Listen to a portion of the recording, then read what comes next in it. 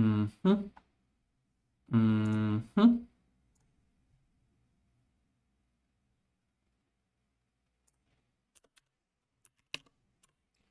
Ground control to Major Tom.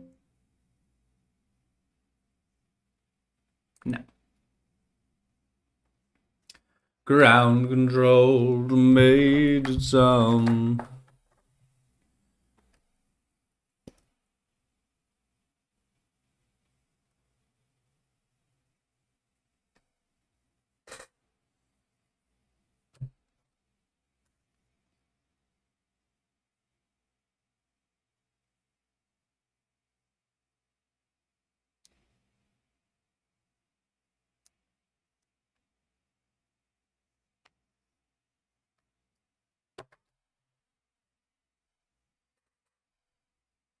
Where was I? What am I doing?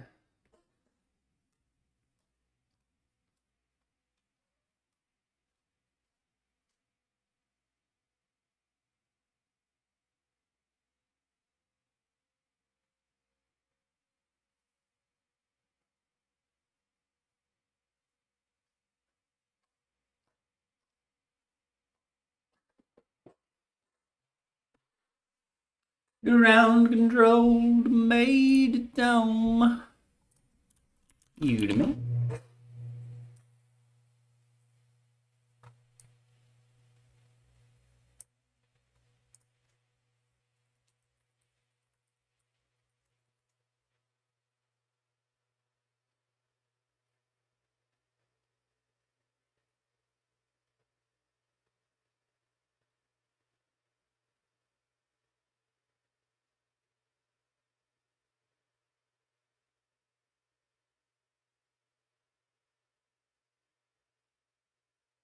Check ignition and make God's love be with you.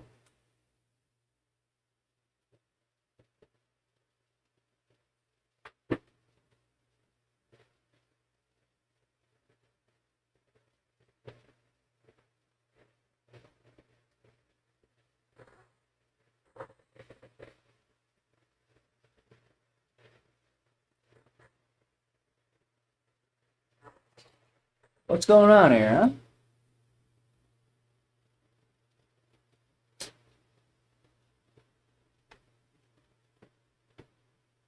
huh? Isn't charging? Hmm?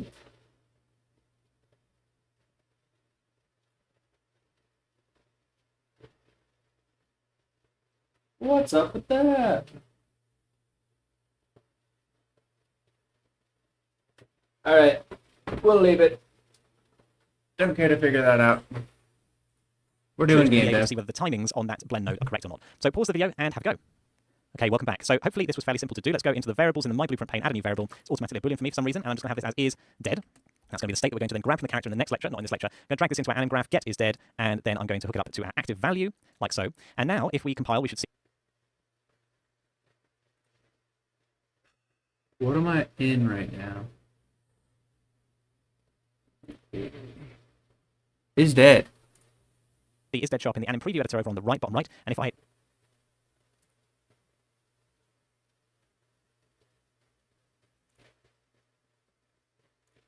check the is dead checkbox, then it goes.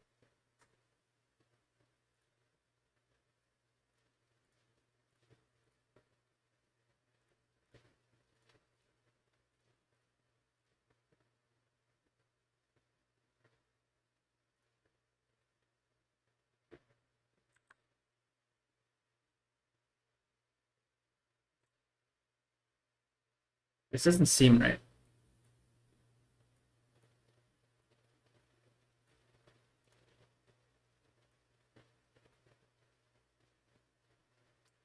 We'll continue on though. Ahead and switches from our locomotion to playing our death animation. Fantastic. So that's what I wanted to achieve in this lecture, and in the next lecture we're going to hook that up to the actual gameplay.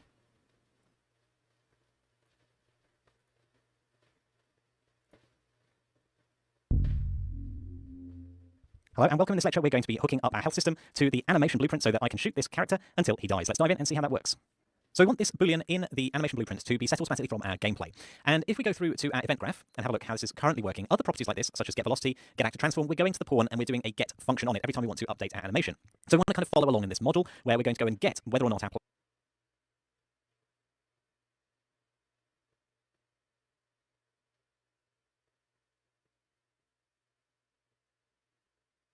Forgot that live coding takes forever.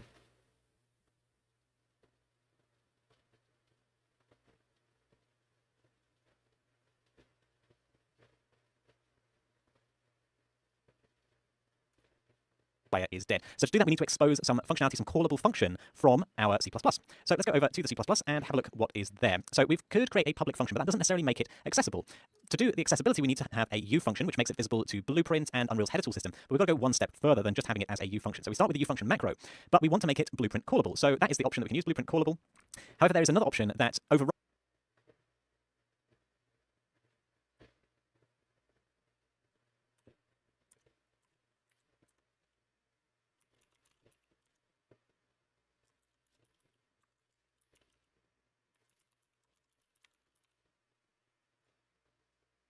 Blueprint callable, rather implies that it's Blueprint callable, and that is Blueprint pure. Now we'll see the difference between Blueprint pure and Blueprint callable in just a second, but just know that if you use Blueprint pure, it is doing the same as Blueprint callable and then some, so it's doing a little bit more than Blueprint callable. Then what we want is a function that returns Boolean that says whether or not this character is dead. That is going to be useful for us to know. And then finally, we want this to be a const member function. Now, why does it want to be const? Because when we call this function, we don't expect it to change any of the state of our shooter character. So we can safely say that this should be a const function. And in actual fact, const and Blueprint pure often go together, because Blueprint pure means that if we go over into any blueprint, we can have a look at some pure nodes. This one here, get active transform, that's a pure node. Get velocity is a pure node. Set speed is not a pure node. Can you see what might be linking these together? What about these makes this not pure and this one pure? Well, generally speaking, it's the fact that there's an execution pin. A pure node is one that doesn't have an execution pin. And it's usually safe to say that something doesn't have an execution pin when it doesn't have any impact on the thing that it's calling, only on its result. Essentially, this means that no matter how many times we call this function, it's going to always output the same result. It's always going to have the same effect on the program. It is a pure function. It doesn't change anything when it's called. So it's kind of the same as const, although it's a little bit stronger, because what it's saying is not just that it doesn't change anything here on the shooter character, but it doesn't change anything global, any state, anywhere, full stop. The only effect it has is in the outputs that it produces. So that's why we're choosing to make this Blueprint pure. It removes the need for an execution pin, which makes it much nicer in Blueprint, and it also just expresses the fact that we aren't making any changes to the state of our game when we call this function. So let's go ahead and try to create an implementation for this. In fact, I'm going to leave the implementation up to you as a challenge. And we're going to go over and hook this up in our in our event graph of the animation blueprint. So we're going to do this by having a new set here. We want to set the isDead Boolean variable at the end, and we want to get the pawn owner, and we want to cast that, because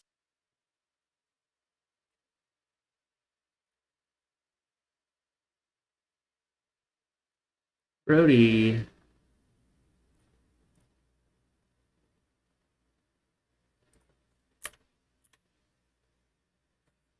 dead Boolean variable.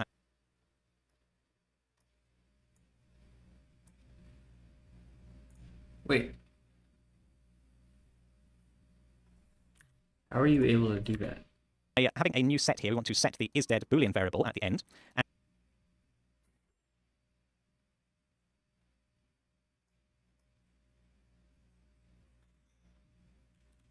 Hey! How was it? Good. Nice. Yeah. No, Minecraft. That's why. I did.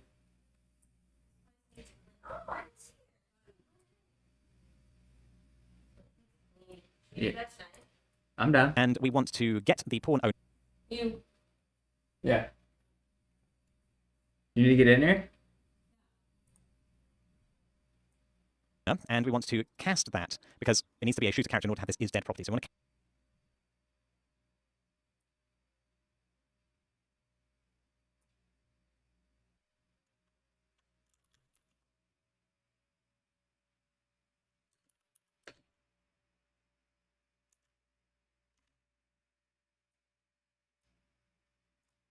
cast it to, and in this case I want to cast it to the C++ shooter character, because I don't need to go all the way down to saying it's definitely a blueprint version of this, because this U function actually exists on the C++ level.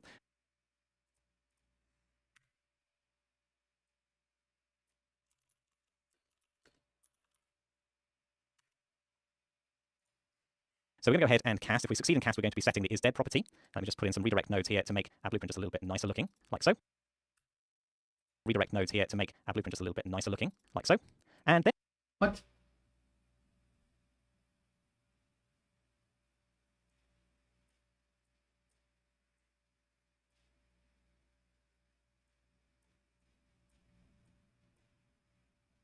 How did you do redirect nodes?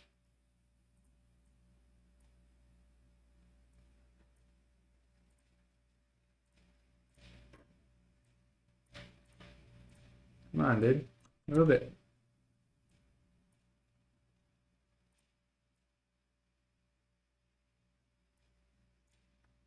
What we want to do is using this shooter character reference. Now that we've cast it to a shooter character, we know that it should have this is dead property. So we should be able to do that. Once you've compiled and got it working, you can get this is dead property and set it here. It's time for your challenge to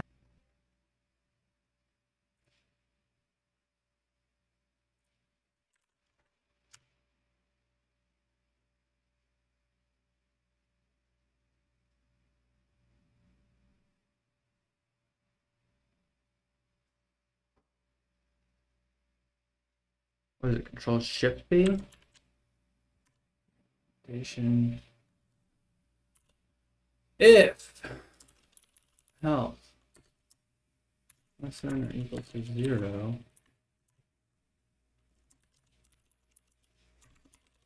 Turn true.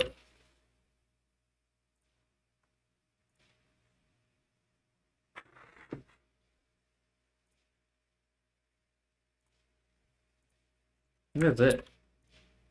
calculate if we are dead or not. So return the correct boolean out of our is dead function. That's the first step. You might want to use some inequalities with our health variable for that, and then hook up our variable, the dead is dead variable, in the animation blueprint we've got. Just short of doing that, we were just basically a compile away from getting that done. Pause the video and get that sorted. Okay, welcome back. So let's go over to the code first of all. So this fairly straightforwardly, I'm going to return an expression that returns a boolean. So we want to say, is the health less than or equal to 0, in which case we are indeed dead. That's about as simple as an expression function can get. So let's go ahead and build that. And once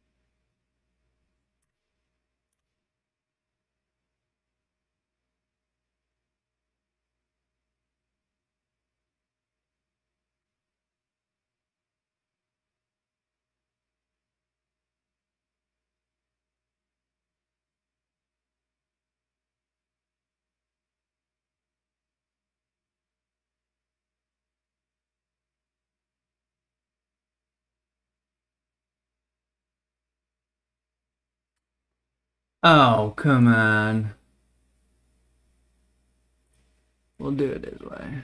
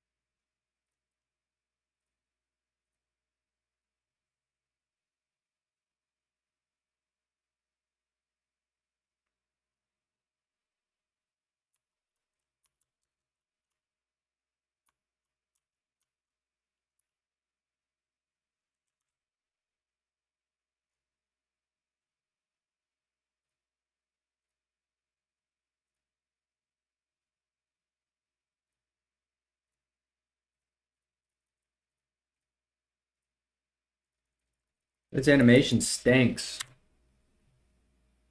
Why is that animation terrible?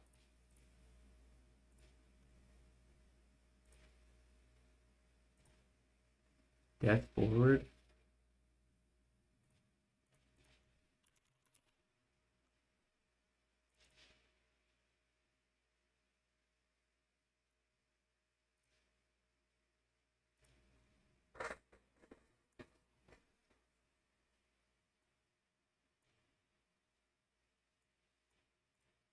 Okay.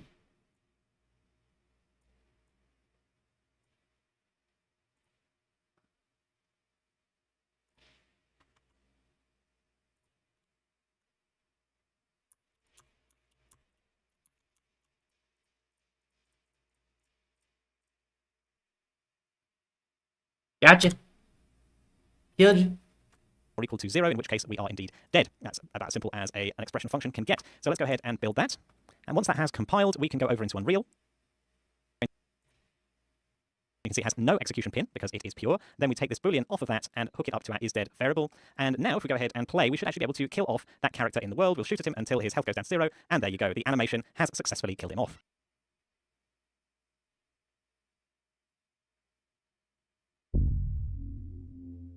Hello and welcome. In this lecture, we're going to be setting up the basics in place for our AI, getting started on the whole AI process, which is going to be quite a series of lectures. So we're starting with a revision of AI controllers and blueprints. Let's dive in and see what we're revising. So let's check back in with our project plan. At the moment, we have done player movement, animation, shooting, health and death. So far, those things are pretty much covered. We're going to look next at a very big chunk, which is going to be the enemy AI. So let's get started. The first thing we always need to do with AI is to have an AI controller. So we're going to go over and create a C++ one, then I'm going to challenge you to create the blueprint subclass and hook it up as the default for the pawn. So we're going to go to add new, create a new C++ class in here, and then we're going to go down and look for if there is an AI controller in here. I'm not sure if there is, so I'm going to do show all classes and look for the AI controller, and we're going to use that.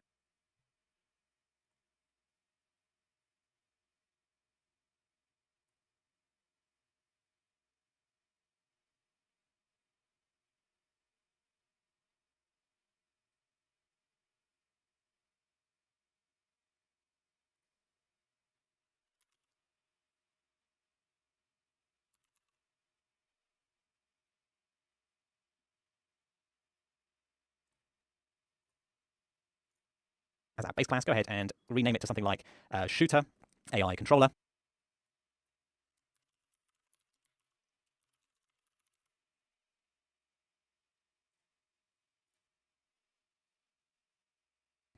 And go and create that class. And once that's gone ahead and generated and recompiled, which may take a little while in your system, you should end up with a C++ class like this. Now, that's pretty much all I'm going to do because the rest, you should be able to remember some of it yourself. We've done a lot of this in the previous section already. So let's see if you can do it. So here's a challenge. To create a blueprint child, you're going to have to first create the child class, then set it as the AI for our blueprint character. You may or may not remember, but that has to go, you go into your blueprint for the character, the first person, the third person shooter character, and you can set the AI that should automatically possess these characters when they're Adrian, what up?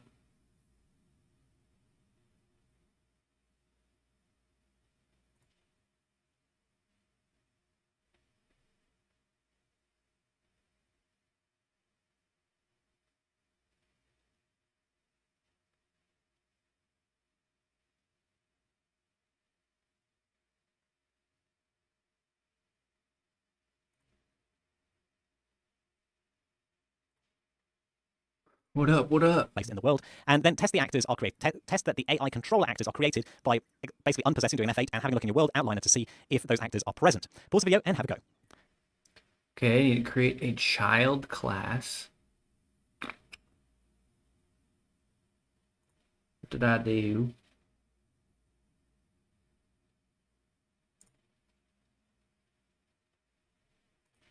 We got the shooter AI. Yep.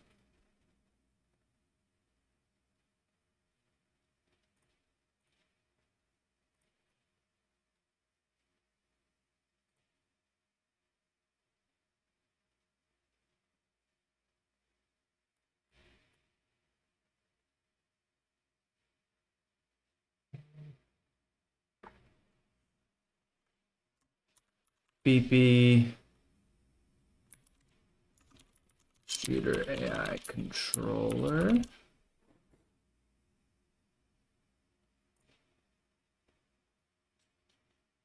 Okay.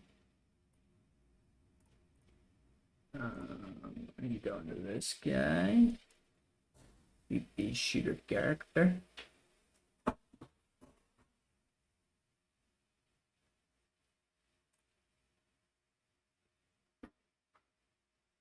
Mesh.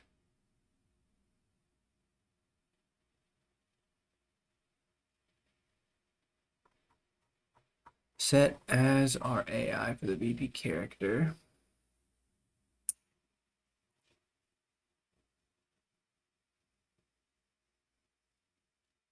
What is the blueprint for the shooter character?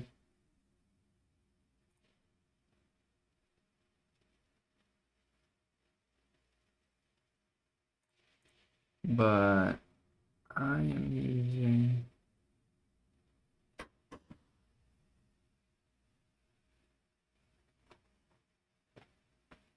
Mm-hmm.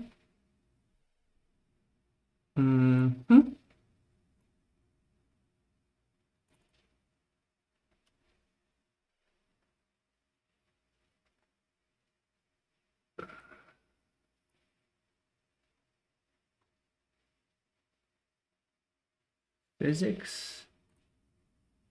Nah, that ain't it.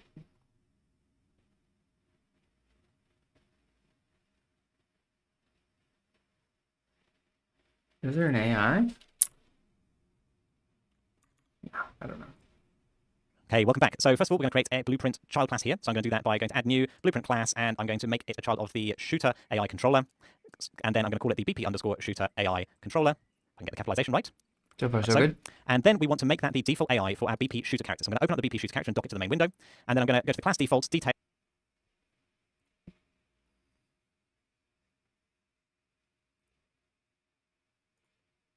And in here, we should have, under the pawn settings, the AI controller class. Under the pawn settings. Auto possess AI. Which we want to switch over to the BP underscore shooter AI controller. AI controller class.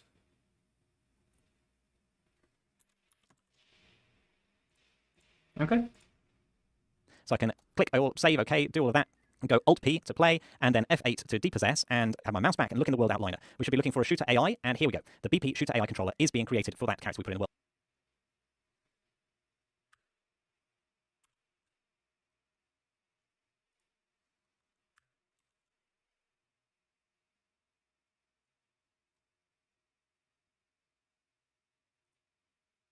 Cool. If you were to put more characters in the world, there would be more AI controllers being created. And do watch out that it is the blueprint version being created, because we want any of the modifications that we make in blueprint. Alright, wait. Why is this?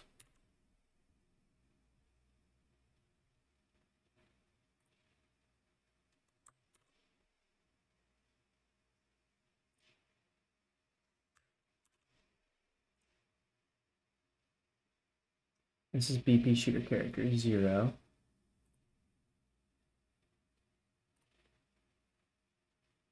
This is slightly different.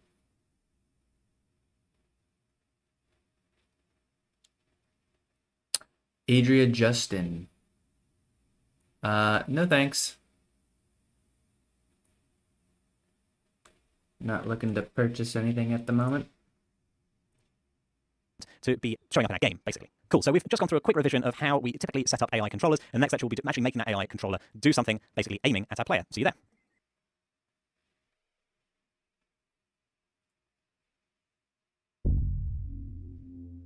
Hello and welcome. In this lecture, we're going to be working on AI focus. So that is some built-in functionality in Unreal that we can use to make sure that our AI characters follow us around the world, are able to aim at us no matter where we go. Let's dive in and see how focus works. We've already done this. So our AI currently doesn't really do very much. And I think a first starting point for it to do anything would be for it to turn and face towards our player. Now, to do this, we can use some built-in functionality of the AI, which is setting a focal point. So if you have a look at the AI control.h and look for set focus, there's a couple of... Come on.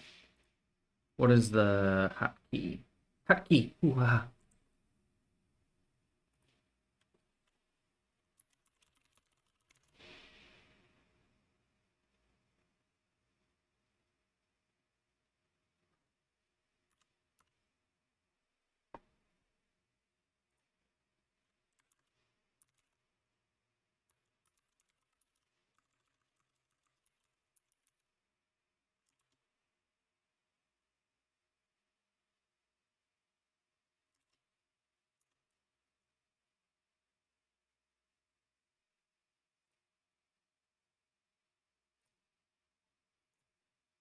relevant methods here. One is set focal points, the other is set focus, and the one just below that is clear focus.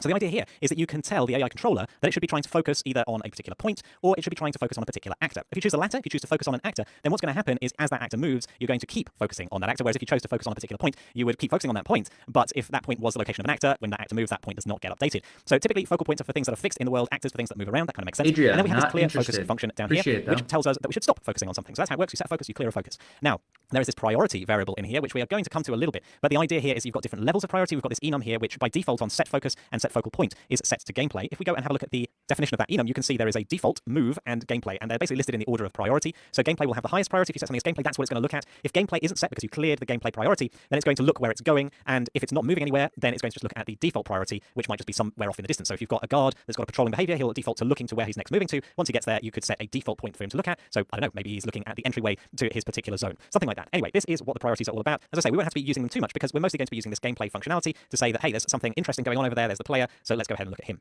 So the first thing we're going to do is we're going to implement a begin play on our AI controller so that we can set the focus on begin play. This is just going to be to show us how this function works. So begin play, as we've probably seen before, it's a protected function, so we need to create a protected section, and then we want our virtual void begin play. We're going to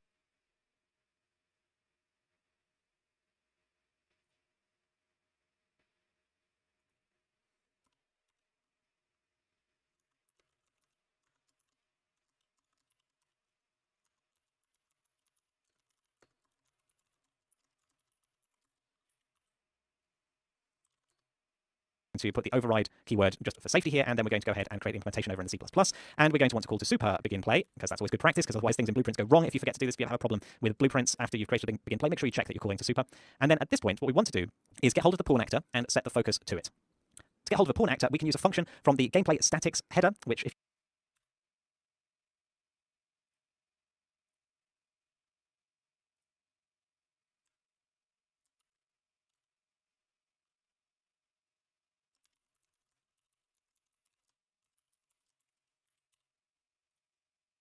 we can use a function from the gameplay statics header, which if you hover over this or search in Control P to find gameplay statics, you can find that this is under the Kismet /gameplay statics. So we'll go back over to the shooter AI controller CPP and include that. So hash include, and then it's going to be Kismet /gameplay statics. And then we should be able to do our U gameplay statics and use a function from within here, which I find very useful, is the get player pawn, which is going to return us a pointer to a player pawn, and it does that by taking in a world context object and the player index. In our case, we're going to find the 0 player. So let's do get player pawn and do a get world, and then we're going to look for index 0, and we're going to save this into a variable a pawn, which is going to be the player pawn. Like so, that's what we want to focus on. So it's challenge time for you to set the focus. Right on.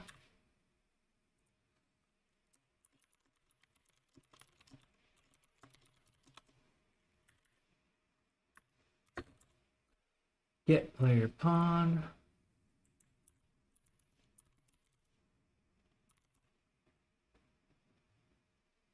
Player index, gotcha. So it's challenge time for you to set the focus. Use the player pawn that we've just got using our gameplay statics function. Call set focus and test it out in the world to see if you move around. Turn this into. Like so, that's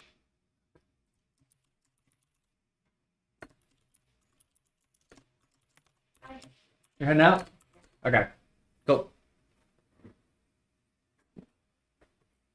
Adios.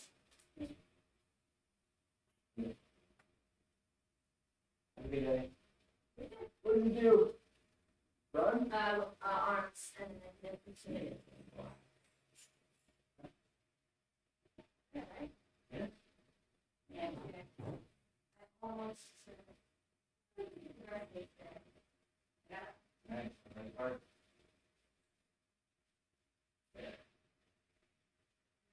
You're back normal time today? Oh. You know,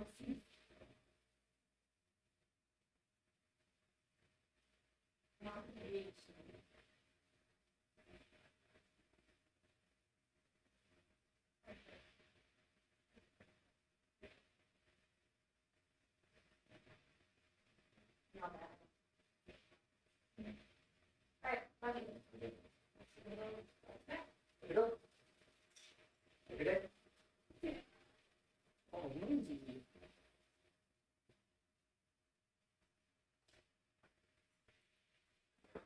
Okie doke. what we want to focus on. So it's challenge time for you to set the focus. Use the player pawn that we've just got using our gameplay statics function. Call set focus and test it out in the world to see if you. Call set focus. No, not this. Set focus. Virtual void set focus. I think I want that in. Yeah. Is there a way to? Is it like alt tab? No. Control tab? Yes.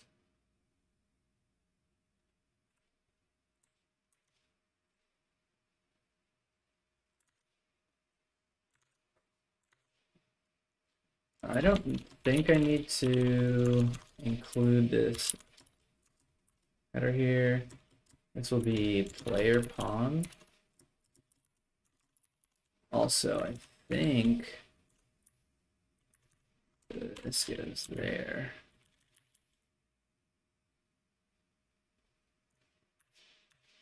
It's challenge time. Hey, bound. Player bound. EAI focus priority.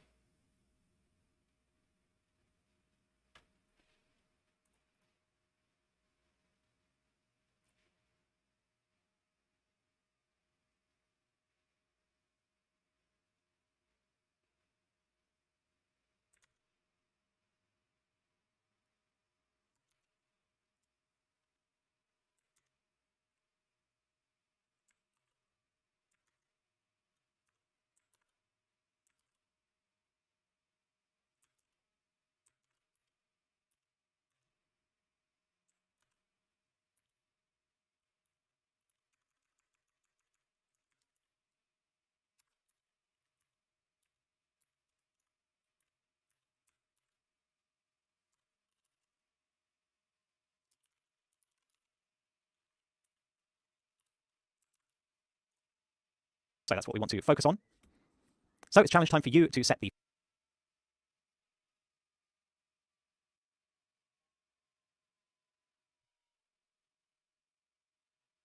Hit me up on my DC, Adria Justin, or support me on my IG, Adria Justin. No thanks, Adria Justin.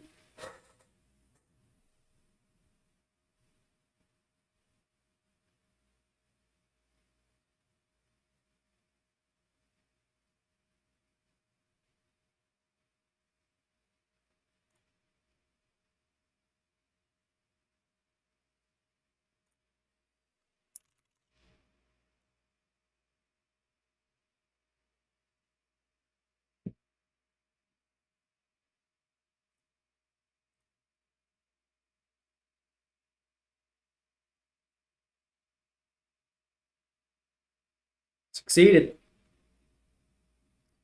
Success. Okay, welcome back. So hopefully it wasn't too difficult. We need to call set focus because set focus is on a parent. We don't have to find any pointers here. We do set focus, and what have we got here? We just need to put in the actor basically because the priority has already got a default of being set to the gameplay, which is what we wanted anyway. So we can just pass in our player pawn, and that should be who we focus on. So let's go ahead and build. And once that's done, let's hop over to Unreal and play.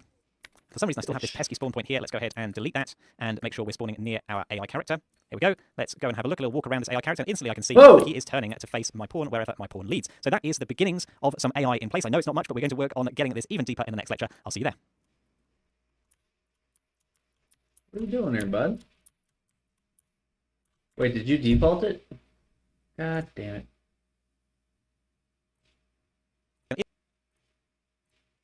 For some reason, I still have... And once that's done, let's Oh, hop over to Unreal. you just set player pawn. Sure. I'm not going to recompile. Hello and welcome. In this lecture, we're going to be getting our AI to follow us and navigate around the world, avoiding obstacles and just generally being a little bit of an annoying nuisance. Let's dive in and see how this is possible. So the next most obvious piece of the puzzle that we need to sort out here is getting our AI to move towards us. No good them just standing there. They also need to move, and then they'll need to shoot. First of all, let's figure out how we can do movement. Now, when you're moving with AI needs to know about obstacles. It needs to do something called pathfinding, because say I'm hiding down in this corridor here and it wants to get to me. It needs to know that it can't just move through the wall. It's going to need to plan its route to come around the obstacles and come towards me.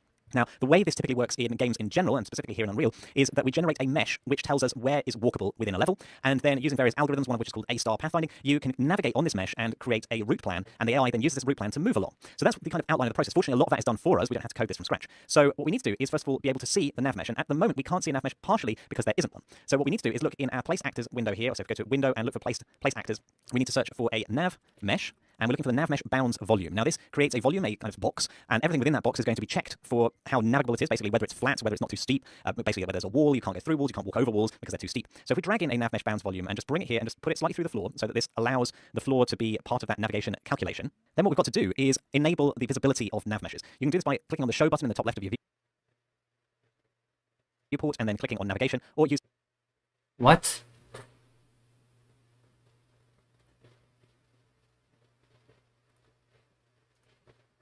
the shortcut P. So I'm going to use the shortcut P, and selecting, well, you don't even have to select the bounds volume. You can instantly see this green mesh has appeared within the bounds volume, which is telling us this is a walkable area. So if we had our enemy within this area and his target was also within the area, then it could find a path along this mesh. Now, let's have a look at what happens if we move this to where there's an obstacle. You can see that the mesh kind of cuts out around this obstacle. So what we actually want to do is have this volume encompass the whole of our level, and you could choose not to, or just do it in certain segments, but the easiest way is just to increase the bounds of this volume, which you can do if you go over to the details pane on the right. There's the brush settings. You can change the size of the brush like so.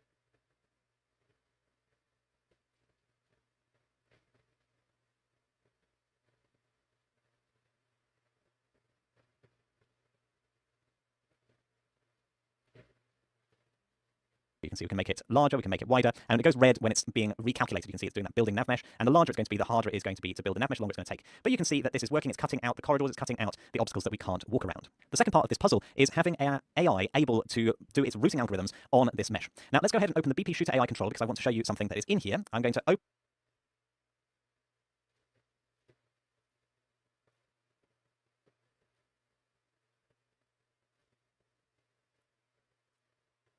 up the full blueprint editor here and have a look. Here there is a component called the path following component. That component is responsible for finding a nav mesh and then basically allowing us to create paths and follow them and move along them automatically. So we don't have to build any of that functionality in. All we have to do is use a function that's available on our AI controller. If you go and search the AI controller.h and look for the move to function, then let's do move to with open brackets. Then there's a couple of options here. We've got one that takes a move to request. There are some other options here too, but they actually go by a different name now in later versions of Unreal. We've got move to actor and we've got move to location, which have the same distinction as our setting focus. You can set focus to something that's moving like an actor, or you can set focus to a specific destination, such as a waypoint in your patrol route, for example, might be a move to location. So I'd like for you to have a go at attempting a move to as your challenge. So get a nav mesh in your scene, make it cover as much of the scene as you need to for you to be able to move around and have the AI follow you in all locations, and then call that move to either move to actor or move to location. You decide which in begin play to get the AI chasing us. So pause the video and have a go.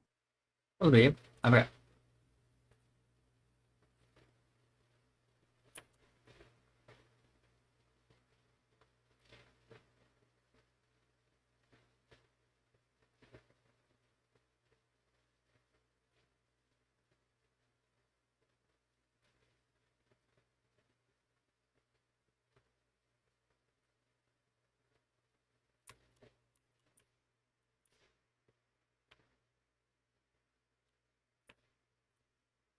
Those nav mesh doesn't need to be that big.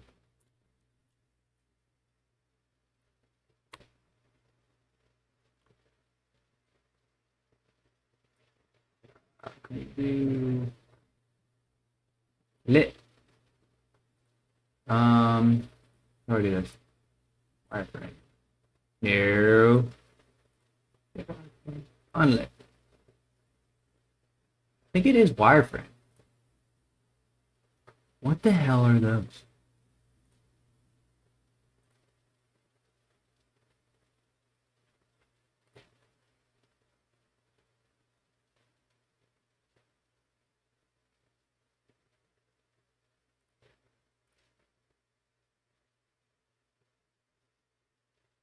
This is crazy. Oh my gosh. Going back.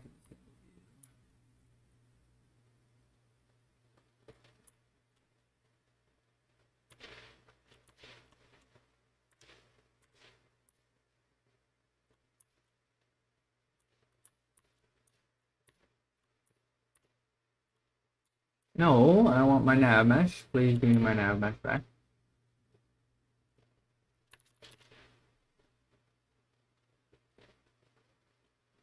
Go.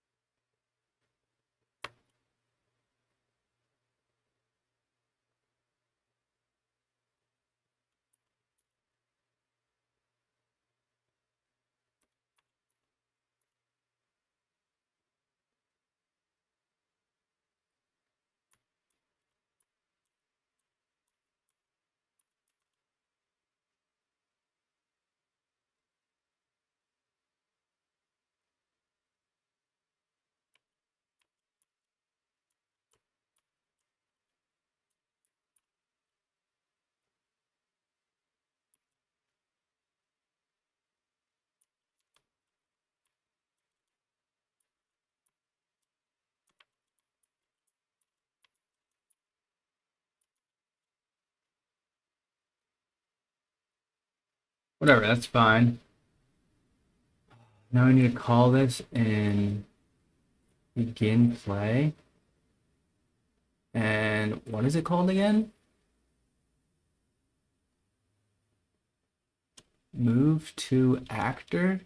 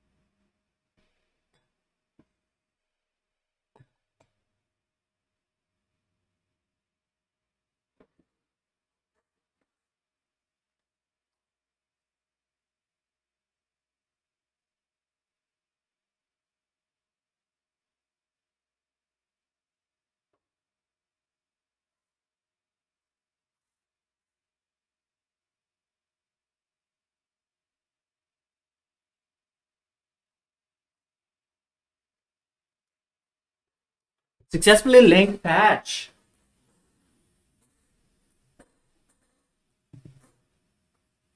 Okay. Oh, he's stuck on a wall. What's up, buddy? Stuck on this wall over here. Oh, what the fuck? I deleted that?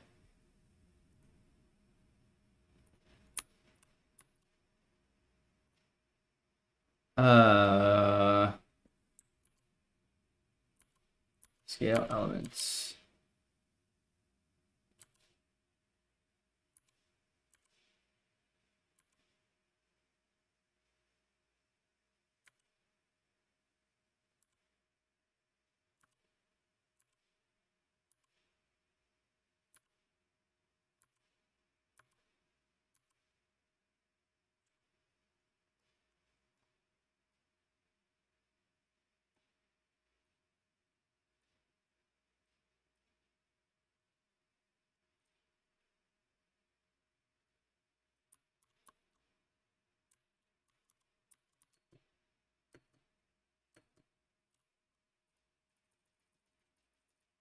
Yeah.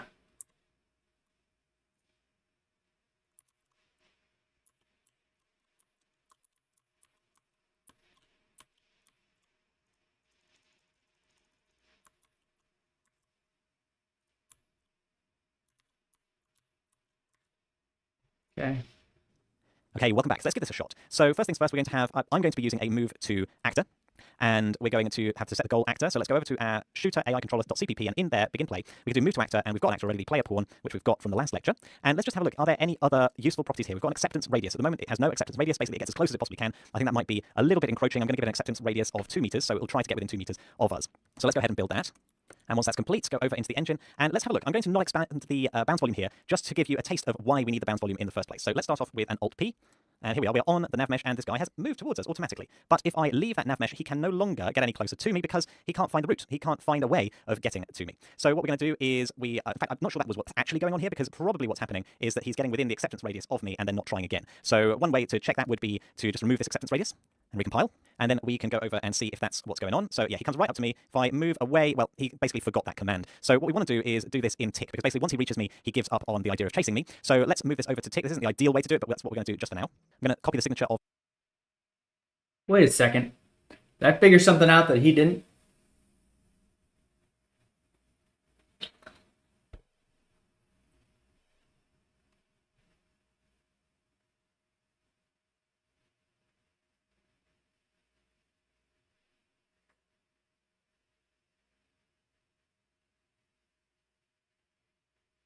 Successfully patched. No. He still stops.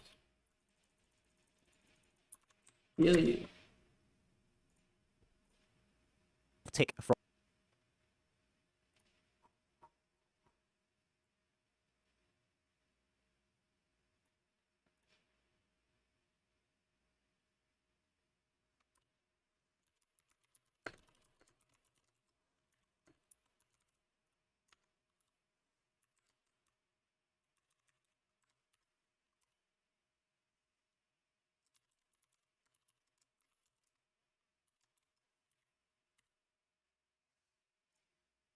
from our actor.h, and I know that it goes in the public section, so I'm going to create a public section at the top. Copy in the signature, make it an override just for safety, and then implement it over in the C++ and move our move actor into tick, and the acceptance radius is still of 2 meters. Let's try this now. And obviously it's complaining that we don't have a player pawn over there, so let's go and make sure we're getting hold, repeating this line that gets hold of the first player pawn over in our tick as well.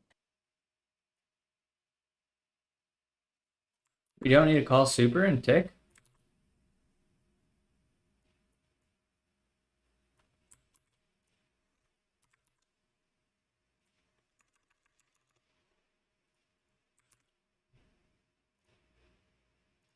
Questionable. I question that. Question thee.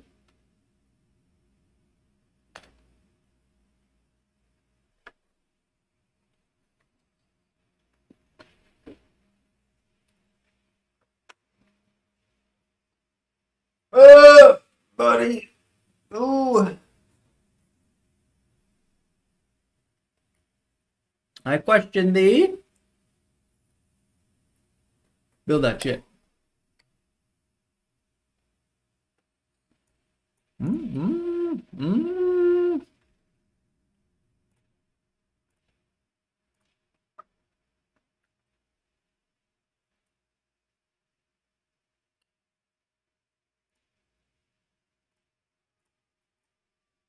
And now we should be able to test it out properly. Do an Alt-P, go into the world, comes and gets us within 2 meters. I move away from him, and oh, look at that, he's not even aiming at me properly this time, but he is trying to follow along.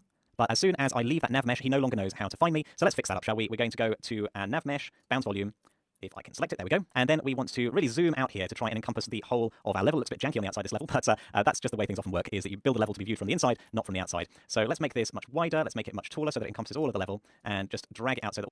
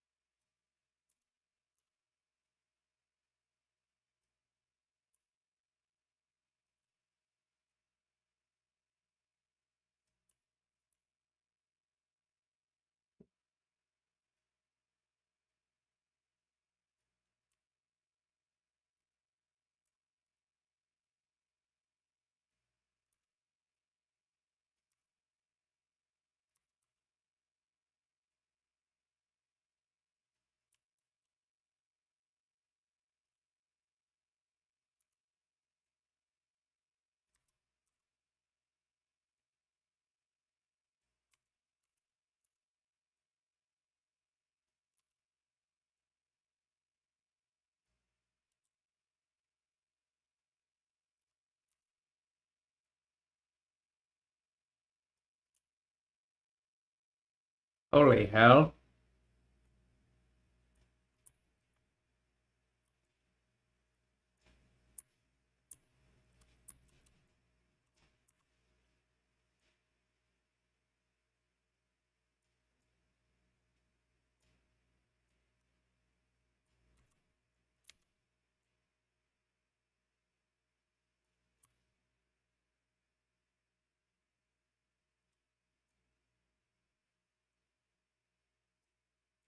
Yeah, that's all fine. the extents of the level here are covered. Just make it a little bit wider, a little bit longer too, and just make sure all of this is encompassed fully. And you can see the green has appeared as it's calculated the nav mesh. And let's just make sure that the nav mesh is going down low enough.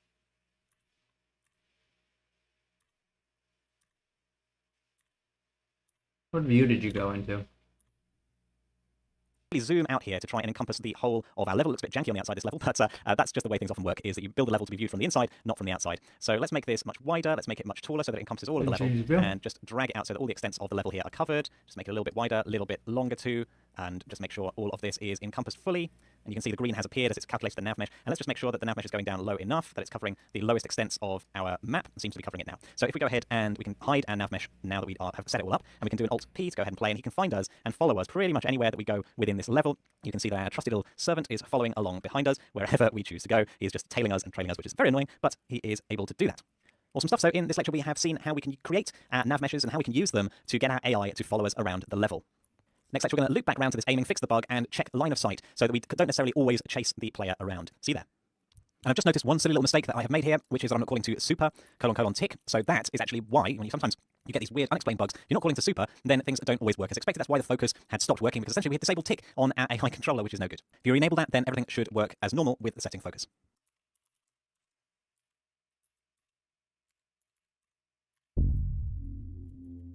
Hello and welcome. In this lecture, we're going to be getting line of sight to our player from the enemy so that we are able, as the player, to hide behind obstacles and not have that enemy follow us, not have it keep aiming at us until we pop back out and are visible to them. So you can see here, I'm hidden behind a corner and he can't find me. Let's dive in and see how this can be done using Unreal's tools. So it's not ideal that this enemy AI can currently follow us around corners no matter how far we go, no matter how much we hide behind pillars, it's still going to find us, it's still going to come and keep aiming at us. We want to correct that. And we're going to do this by checking the line of sight from the enemy to the player. Now, as many things here in Unreal, there is already a function for this in the AI controller.h called line of sight. And if you go and search that, you find that there's a function that returns a boolean, so telling us whether or not we have line of sight, and then it takes the actor that we should try to check for line of sight too. And it automatically takes into account things like the eye position of the pawn in question. All this sort of stuff is already coded into Unreal. It's really cool. So it should be fairly straightforward. If we go over to our AI controller.cpp, what we basically want to do is change things up in tick. So that we first of all do an if line of sight. Then what we want to do, if we've got line of sight, is we want to move to, and we want to set focus. However, if we do not, so in the else, what we want to do is clear focus. Remember, we saw that function before, and we want to do the, let's see, the stop movement, basically. And that's another function that exists that we haven't seen yet. So what I'm going to do here is, I can challenge you to implement the whole of this yourself, if you feel confident. Otherwise, this else is the more complex bit that we haven't seen before, because the other two, we've already done a move to actor, we've already done our set focus, we've done that before, and there's just this if line of sight, which we have just seen is pretty straightforward. You can implement that. But how about this else? Let's give a go at implementing just the else clause. It's not going to compile because you obviously need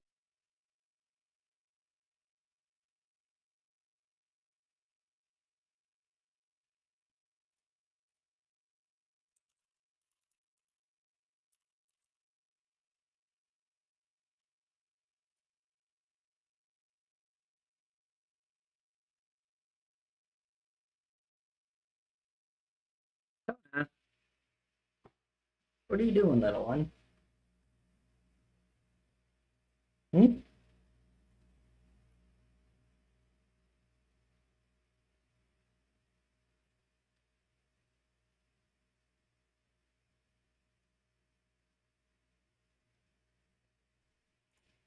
an if before an else, but let's go and just write out the else clause.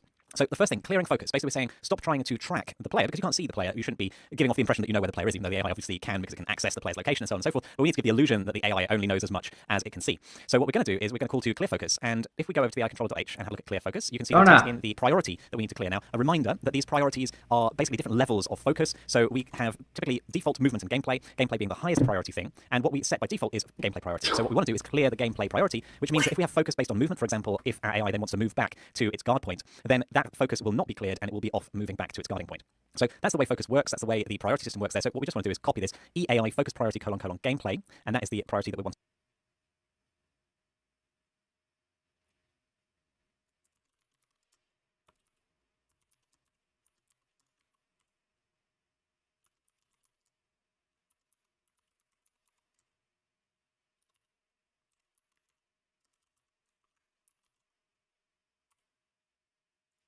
That's it. To clear on this line here. And then the other thing is to stop the movement. So we want to go over to the AI control.h again and have a look at the stop movement. And here, sure enough, there is a simple no arguments function called stop movement, which allows us to do just that.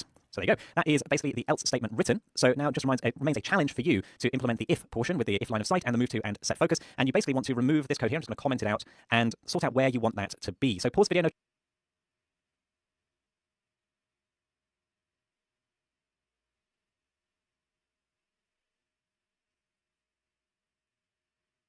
I gotta. BRB. Can't believe this. It's being crazy. He's crazy.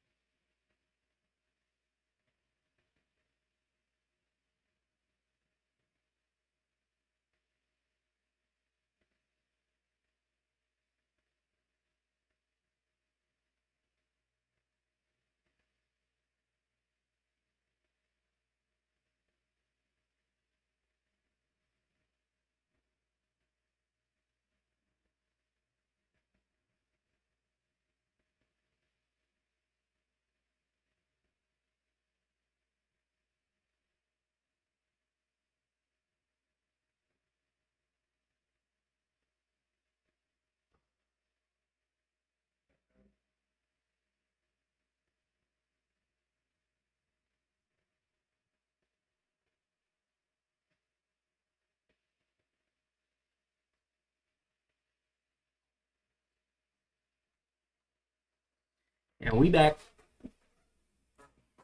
challenge slide here. Just go and implement these 3 lines for yourself. If line of sight.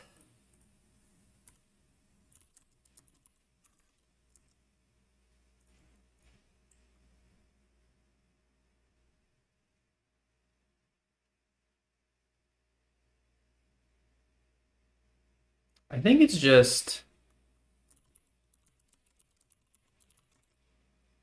a pawn.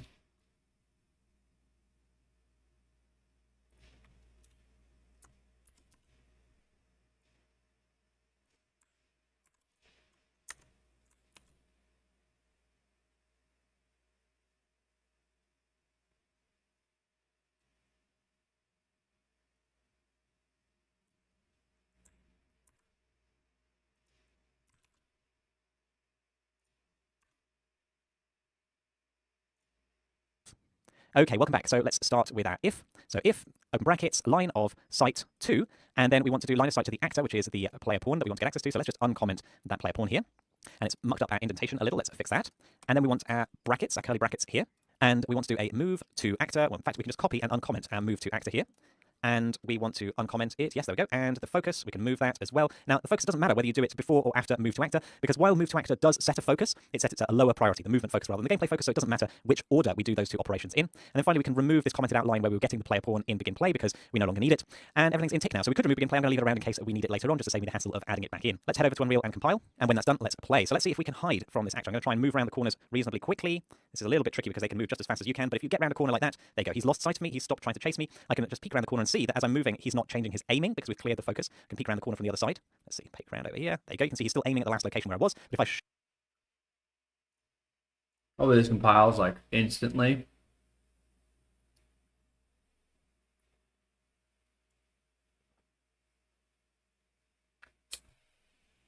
Compile. Wait, code.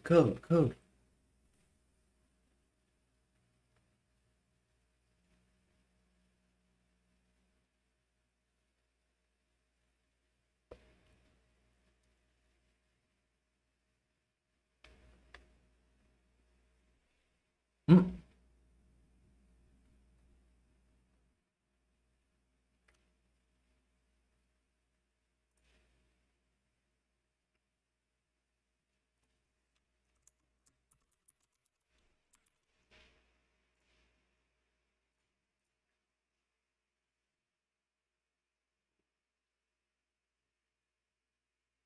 Shit, still gonna.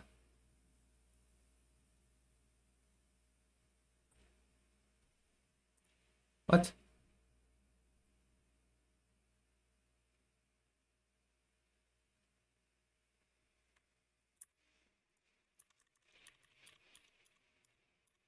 getting the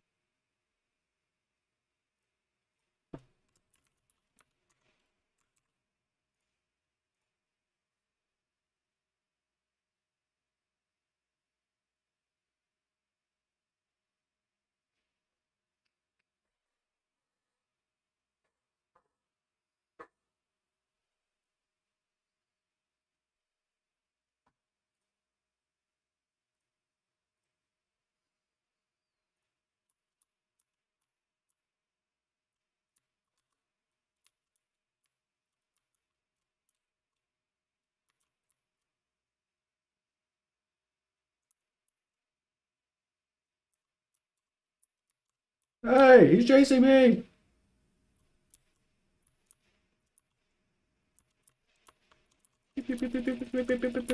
Dead. player pawn in begin play because we no longer need it.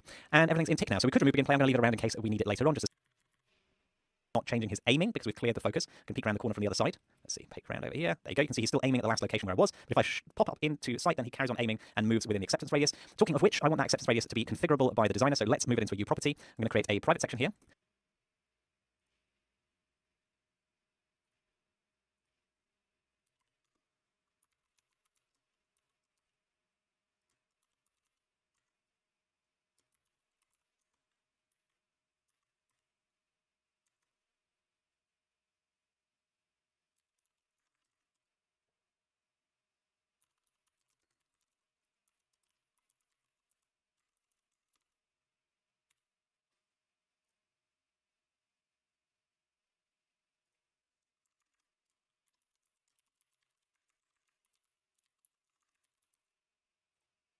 with a U property, which is going to be an edit anywhere, and we want that to be a float called acceptance radius, and give it the default value of 200. And then this acceptance radius we can go ahead and use in our move to actor. And if you compile, that's going to give you exactly the same behavior, except now that you can change that in the AI controller blueprint. So that's it for this lecture. We have discovered that line of sight function allowing us to check whether the AI can or cannot see something, and we've implemented this basic hiding functionality so the AI doesn't follow us when it can't see us. Next lecture, we're going to take things up a notch from this custom programmed AI and use behavior trees, a really powerful tool in Unreal, to make our AIs just that much Behavior cooler. trees, hell yeah. Behavior trees. Okay, we're done here. We're done here. Kona, you're being kind of crazy, girl. Let's do this quick. You want some lovin'. Is this what you want? Is this what you want?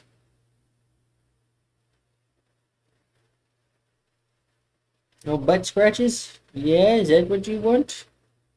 Oh, you're falling off now. Oh, no, well. Okay. Let's play some Overwatch. Let's get into it. Kona.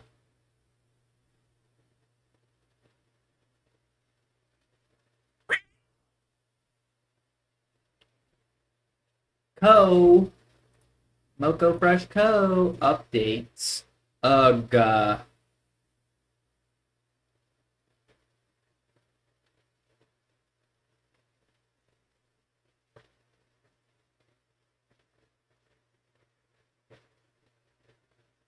What is his update looking like? It's gonna be a mother? Nah. It ain't bad. What do you want?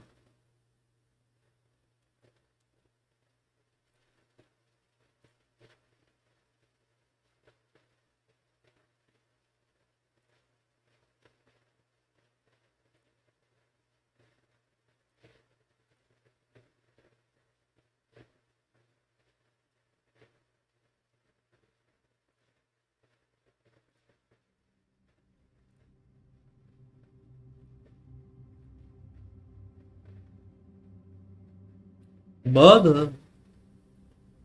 Question is, do I unlock ranked today?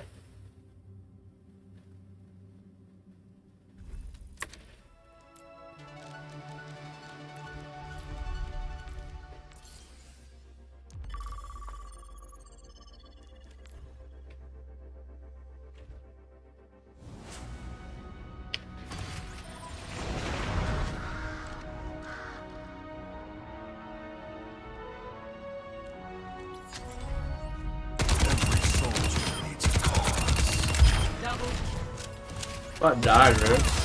That warms the bones.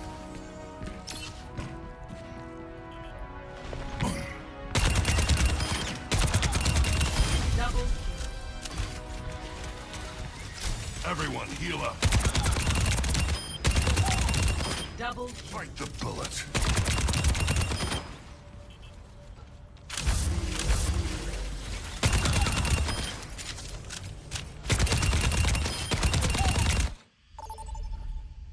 Man, I'm so good at hitting static targets.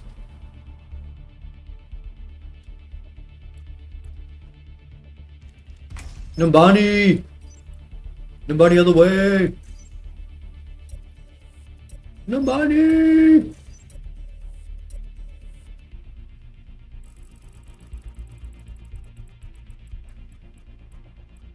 Boo.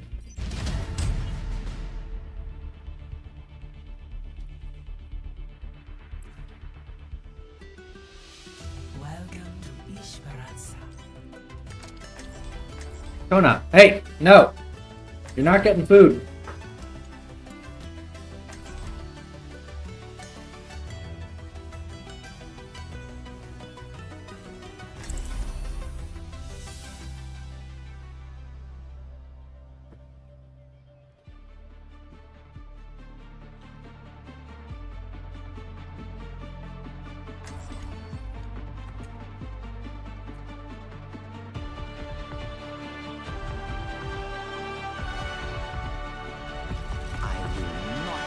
Leave a broken world Oh, behind. might have to go to look like a talented bunch. This should be quick. Unique Chrome. Oh, you know what?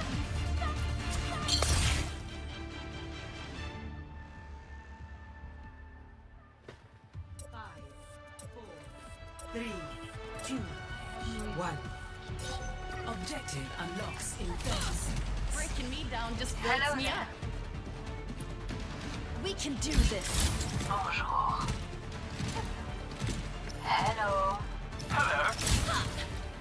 Hello. Shot.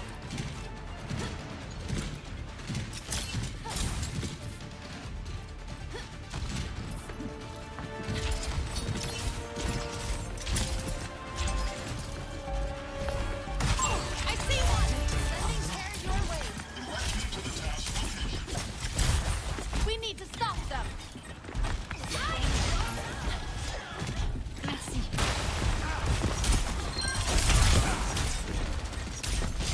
Special delivery.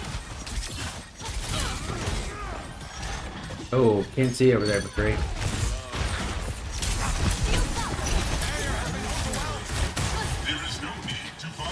Helping you recover. We've got the robot. Let's move. Excuse me.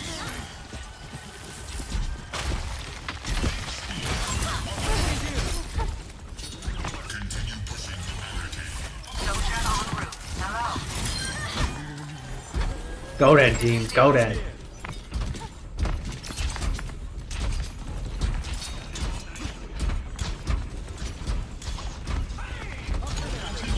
Let's keep it up. Over there. Over there. Enemy over here. I see one.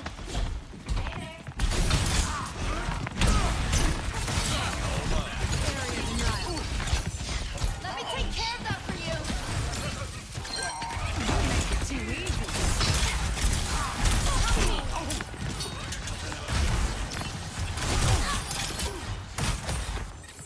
Who's hitting me?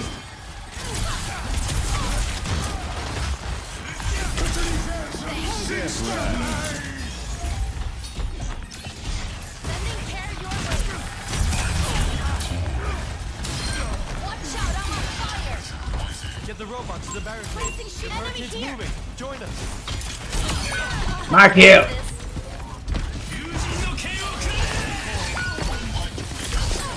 Rolling to me.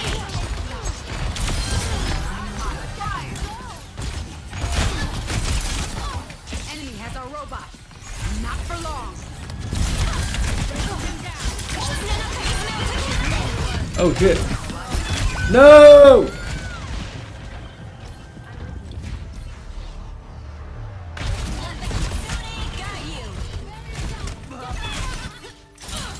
Okay, I'm ready to go again. Coming back from the dead. I can protect you.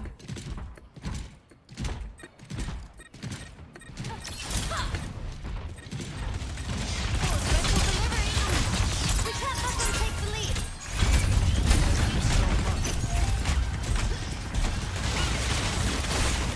Shield sparkling. Here, for you. I'm under attack.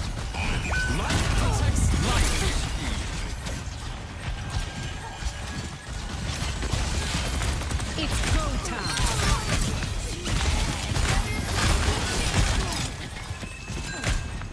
Big time, big time, big time. Get it together. We can't lose our advantage. Let me help you with that. Fire in the hole. Nice. Get it, go. Come on, big guy. Enemy over here. Huge. Left right now. Huge. Whoa, big rip. This. Come over here. Heads up. Helping you recover.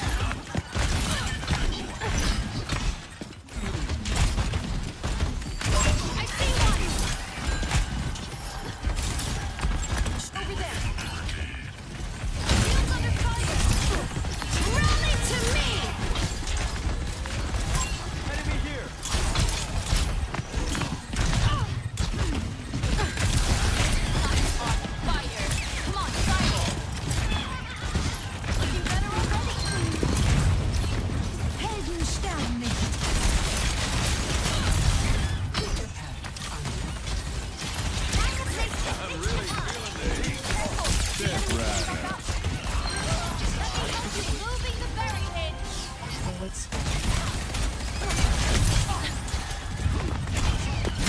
Mercy.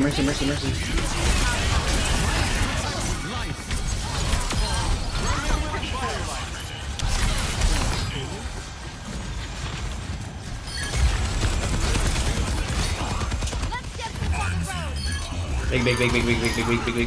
Big. Looking better already. Big. I push. You go. Okay, you push, I go. Fuck you. Enemy over here.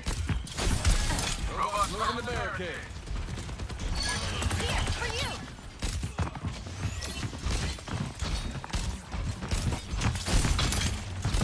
I see one. Patching you up. Shield buckling.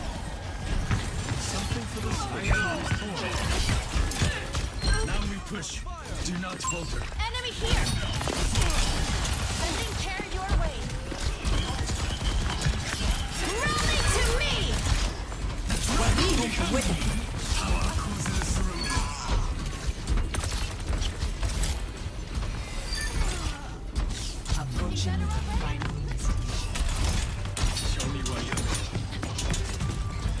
Heard of Sim, I think? Yeah.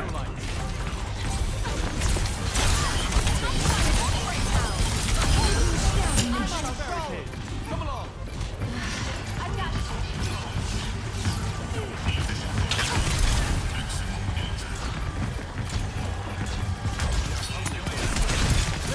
Shields under fire. 60 seconds. We're here. I see one. Backing up. Never mind, we're back in. I'm under fire. Life protects life.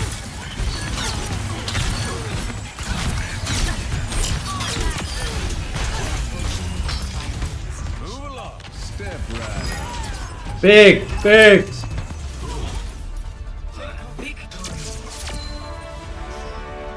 Well done, everyone.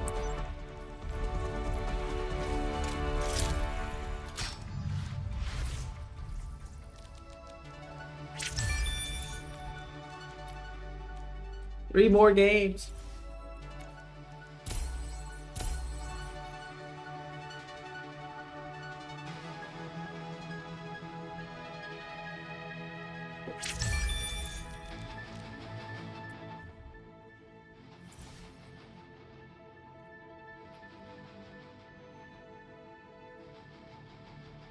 You gotta go.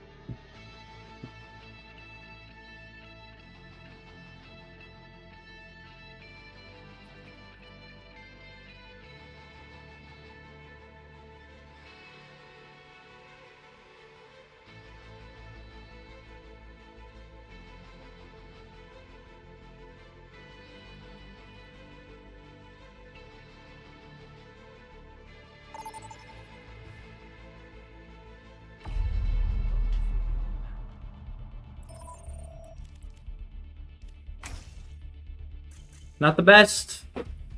Not the worst.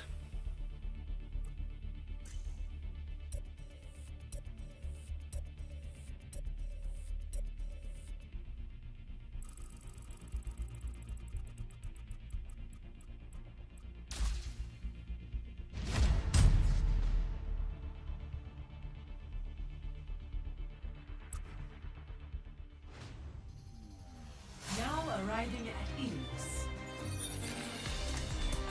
Prepare. It's gonna be another brig. Select your hero. Got more bites. It's not enjoyable eating the slap out of this.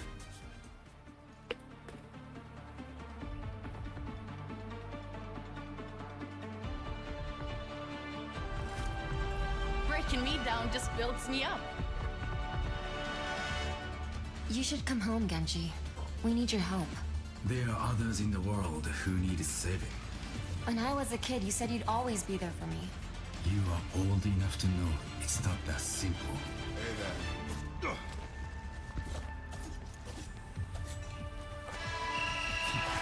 Five, four, three, two,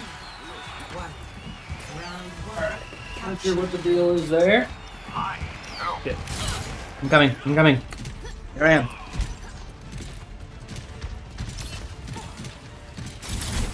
Ooh, lagging. Lagging kind of harder.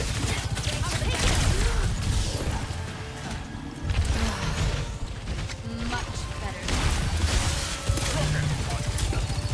Shields on fire. Did I not hit that?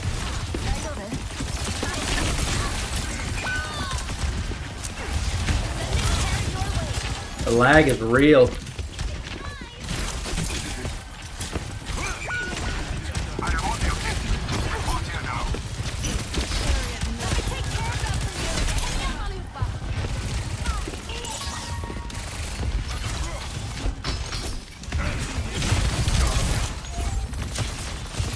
Looking better already.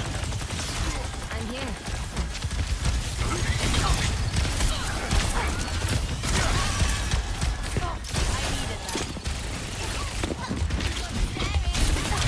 I needed that. Enemy here. Oh!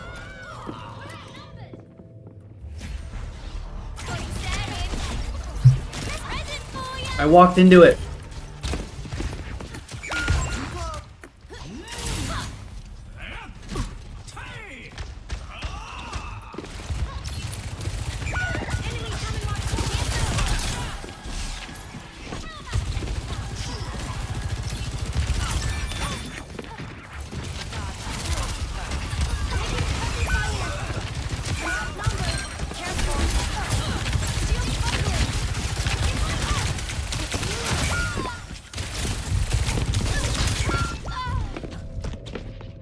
Virkon has left the game. Who's that? Our other healer. Too easy.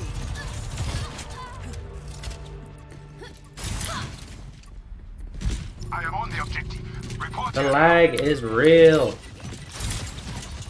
No one's there with it. incoming.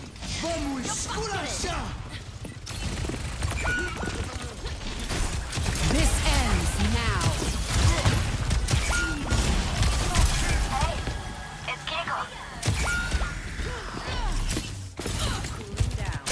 I mean, we kind of just have to go next. What the fuck?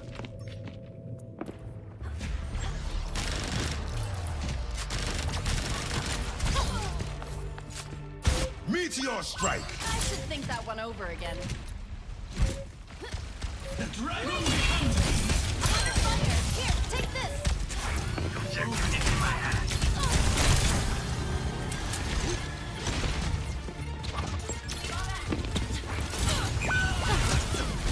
Rally to me. Shield under fire. Erasing shield.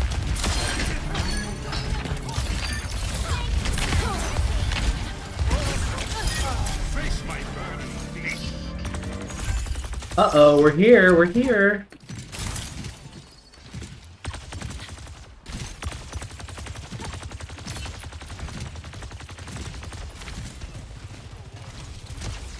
Yikes, dude. How do you die so fast?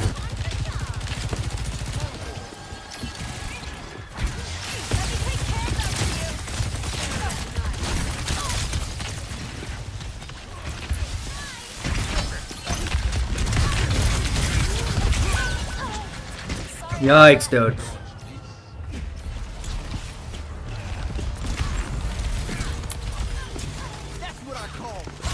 They're taking the objective. Trust in the process.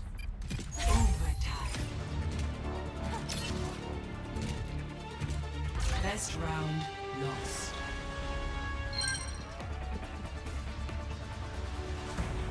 Score 0-1.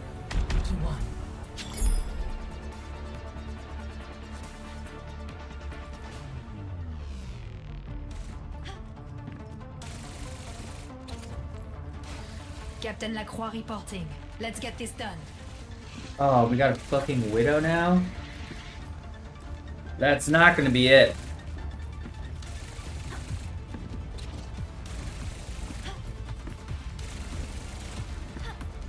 Oh no, my headphones are about to die. 5, 4, 3, 2, 1. Round 2.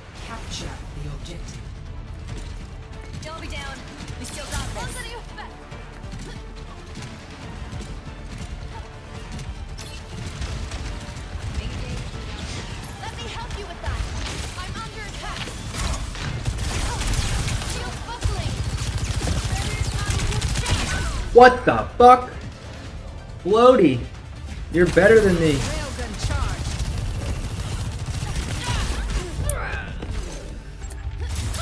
No sweat. Just try again. I'll just take the objective. Hello there. Hey there. Get them off the objective. Special delivery.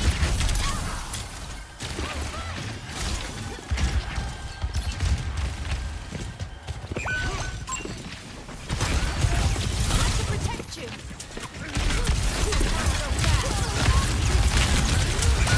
Bruh, can't. I'm struggling. Not so fast. Railgun powered and ready to fire. En gång till. I think if I do this, it disconnects it. Hello.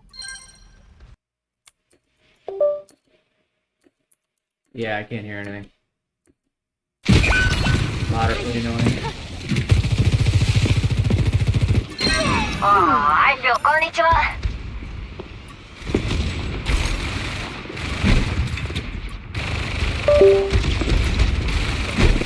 The objective is mine. There they are.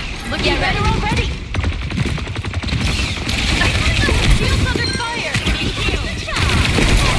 Shields up. Here, take this.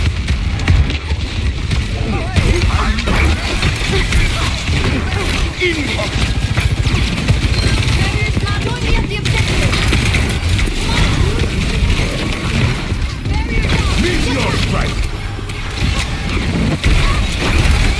I have the objective. No! Outnumbered. Terrible.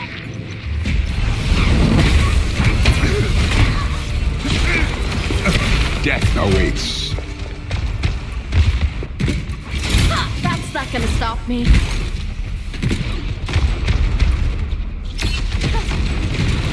This ends now.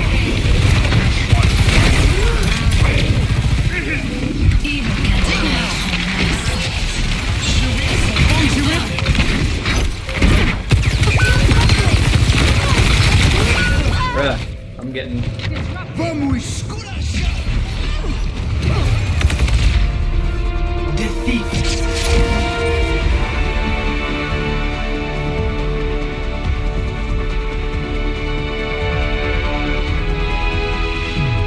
Play of the game.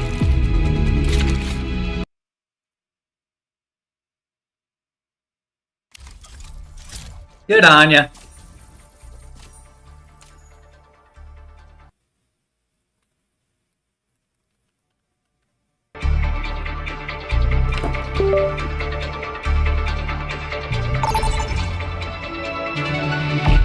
Select a map.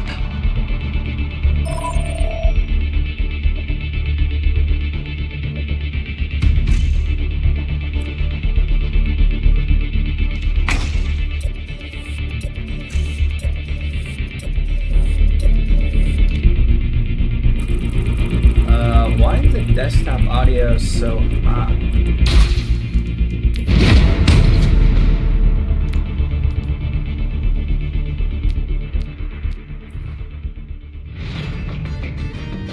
Bro, what? How do we not get the fucking... Nah, I ain't playing with these girls.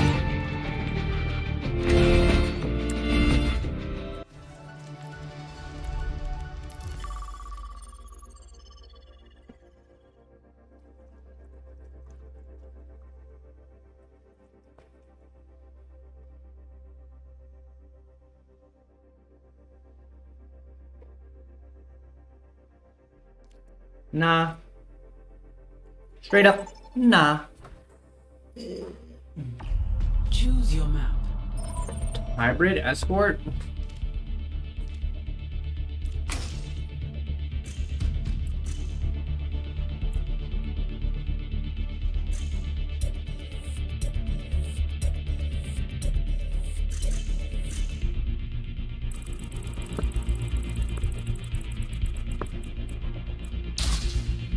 Woo!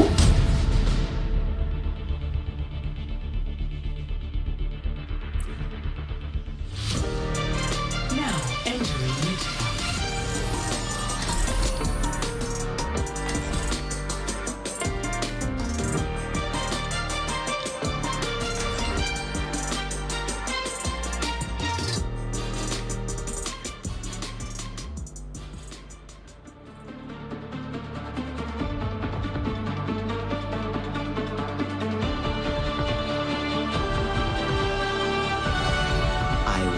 not leave a broken world behind.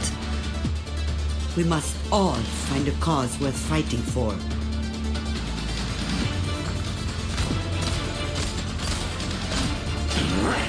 My old command team.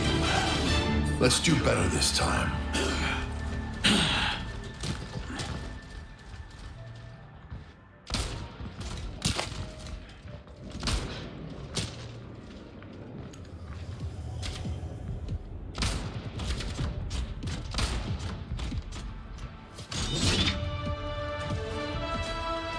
Five, four, three, two, one. Attack commencing. Capture objective A. It's Kiriko.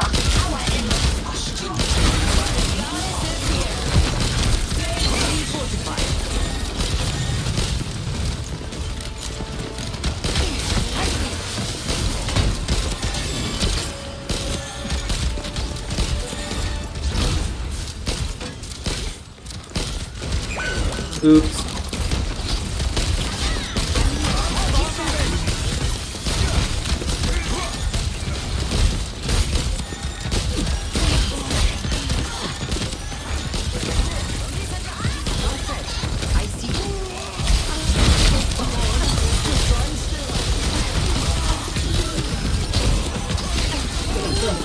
Yeah, baby.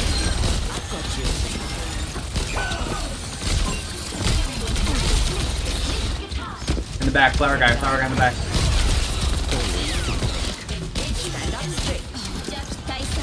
There's behind us, and Sombra behind us. You're on, needs help.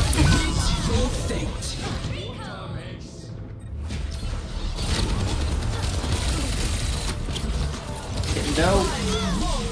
Helden sterben nicht. I'm not finished.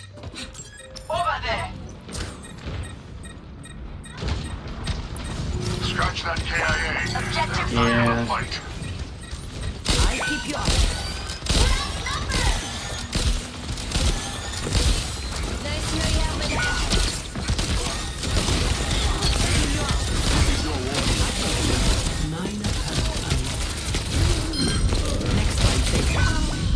Ugh.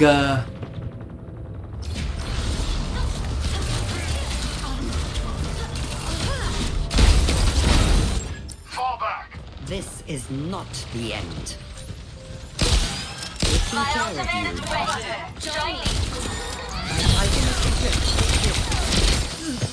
Getting dope in the back here.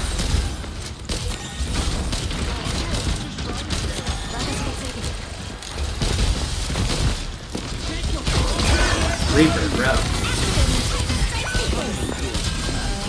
think we're outnumbered.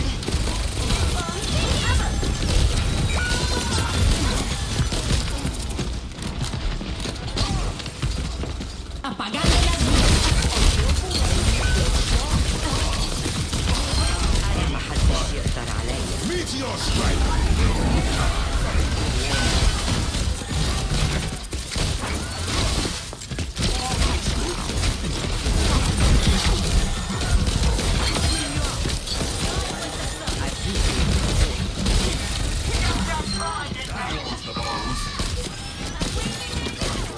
Ready for deployment. I won't let you fall. Let the Kitsune guide you. You're powered up. Get in there. Kick this off. I see.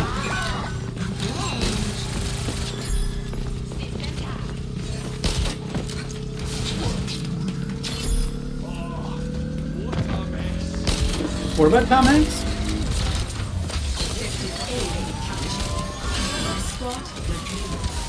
I'll be payload edge.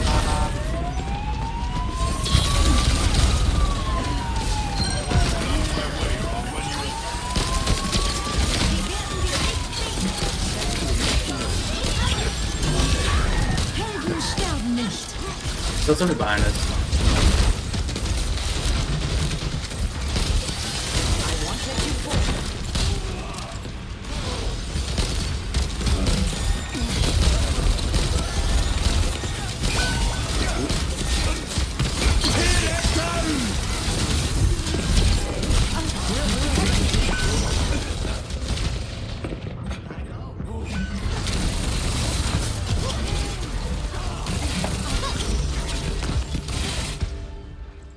still have some fight in you.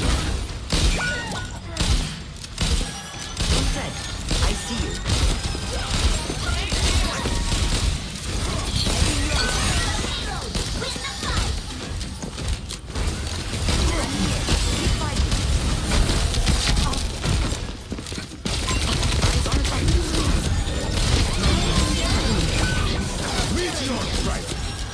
Enough whining.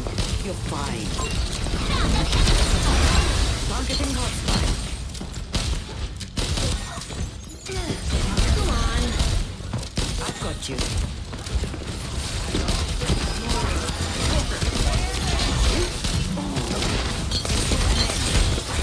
You're powered up. Get in there.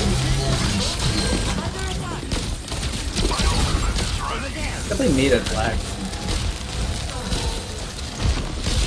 I have you. Keep fighting. There's a tracer behind us.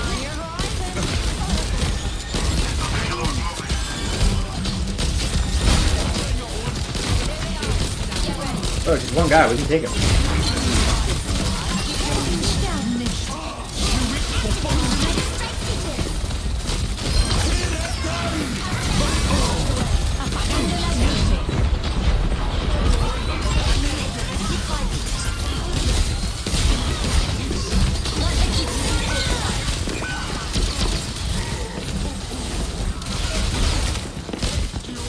Taking care of you.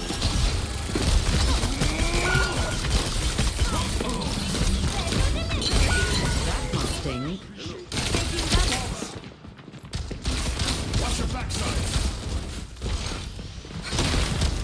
What has impeded the payload? Breaking me down just breaks me up. Shields buckling. I'm under attack. With the payload, follow me. Catching you up.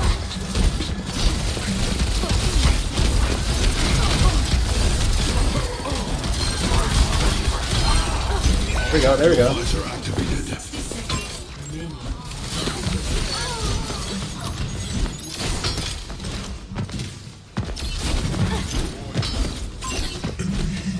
Where's that motherfucking payload? Over there.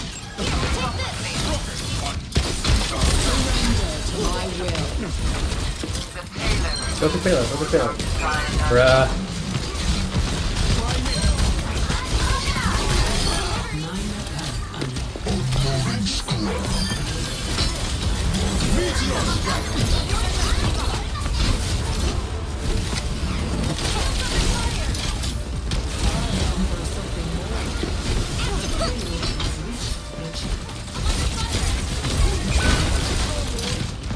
Alright, we're killing.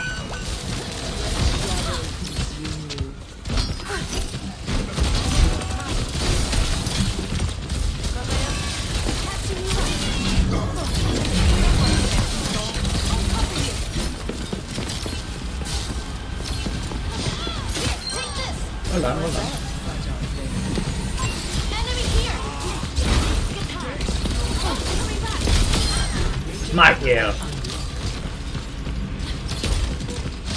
Helping you recover.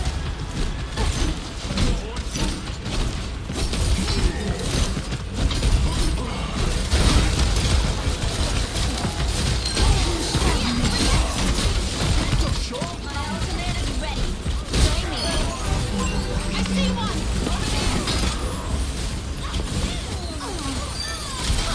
Put your head there. Run into me.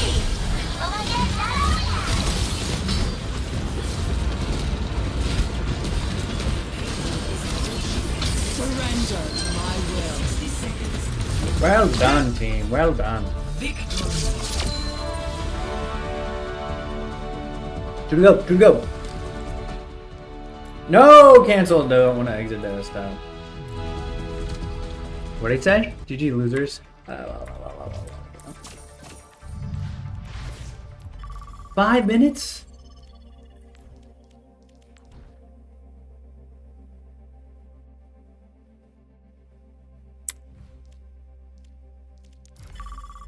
We'll do Mystery Heroes. It's a coin flip. It's a coin flip.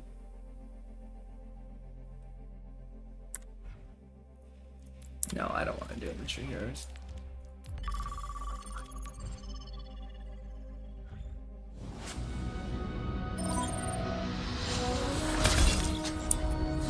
I'm the last one you'll ever cross.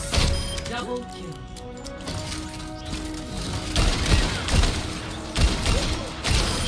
My fuse is lit.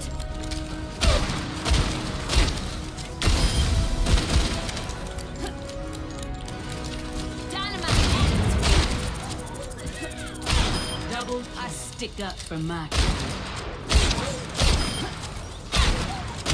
double kill. Double kill. Minor power unlocked.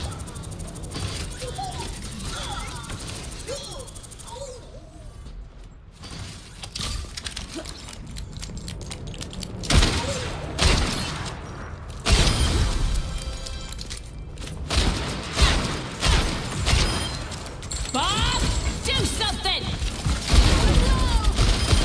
I enjoy a good roast. Know your place. Double, triple kill. Don't all volunteer at once now.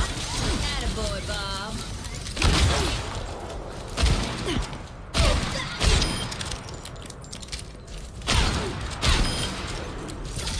Major pack unlocked.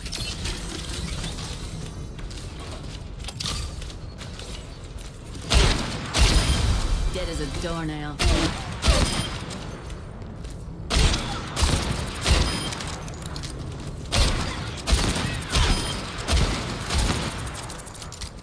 Hey, Flash! Double Busy work.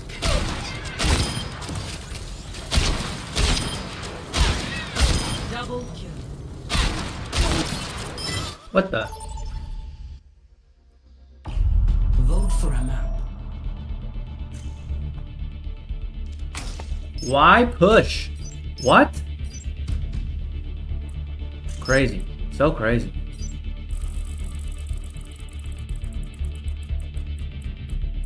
Yeah!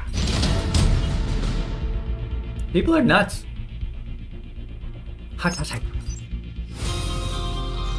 Arriving at Watchpoint Gibraltar.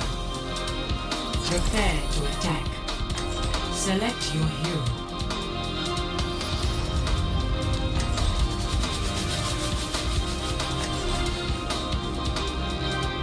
Hot, hot, hot, hot.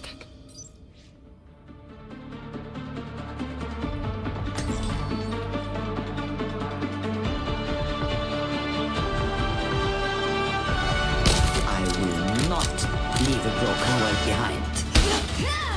Keep in sight. I'll have us I in don't and know. out If in you're no saying time. something, I can't hear you.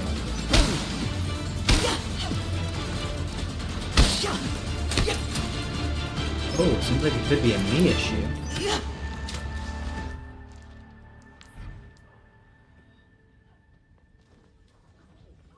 Mission readiness protocols engaged. I'm good to go.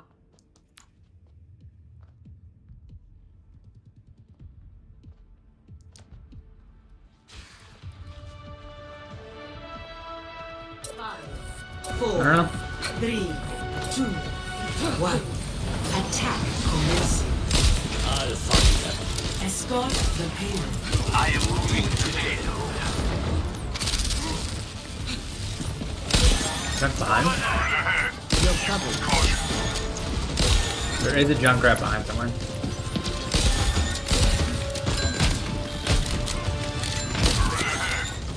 Over there. Junkrat behind, Junkrat behind. I'm in.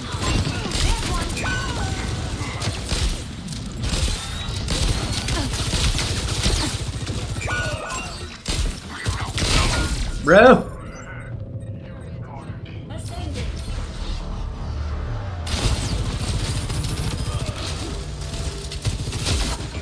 The name's Cassie. Give them their medicine. You'll have to try harder than that.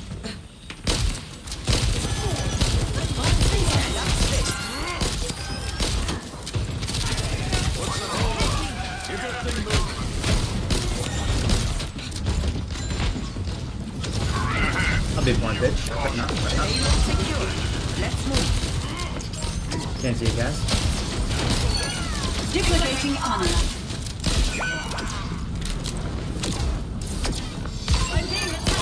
Being fortified. Back Kill you. confirmed. First you can get the res with my. I will not let you fall. Potions that take power. Over there.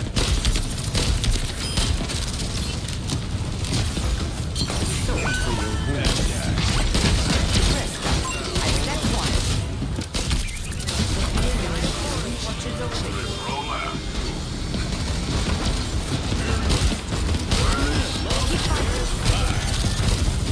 وليهم قوتك.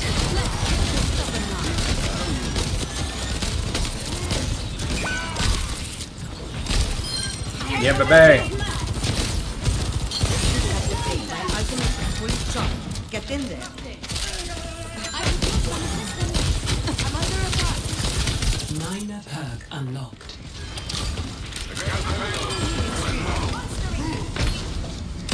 Step right up. You're powered up. Get in there.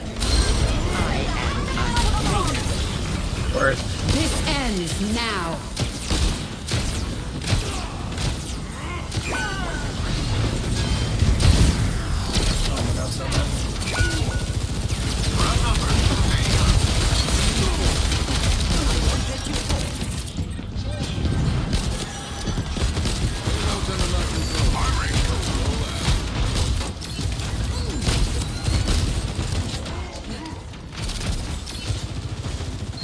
My potions that take power. I see you.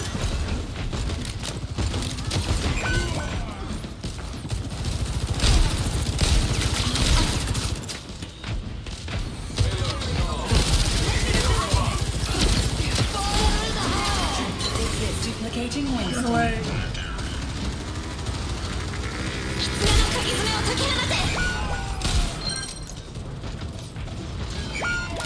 Alright, They have get out of superior there. numbers.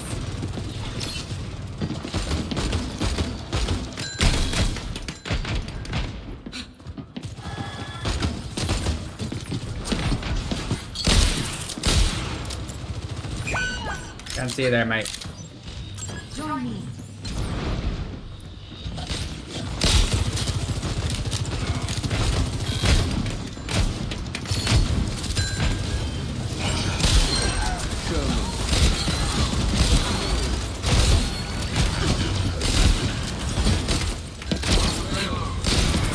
Join me.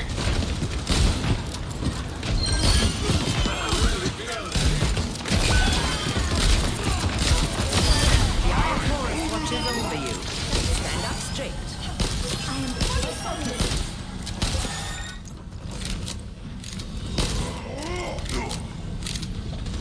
Three on. Taking care of you. Three on. We could have got it. Payload secured. Let's move. Step right up. Taking damage. I slept the target.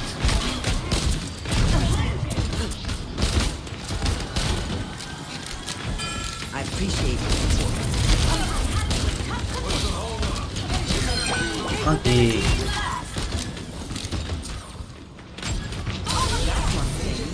Unlocked. My ultimate is ready. Ascending. Nano boost is ready to deploy.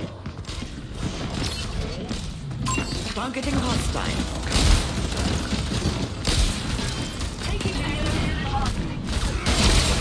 I slept one. Take him out. You're powered up. Get in there.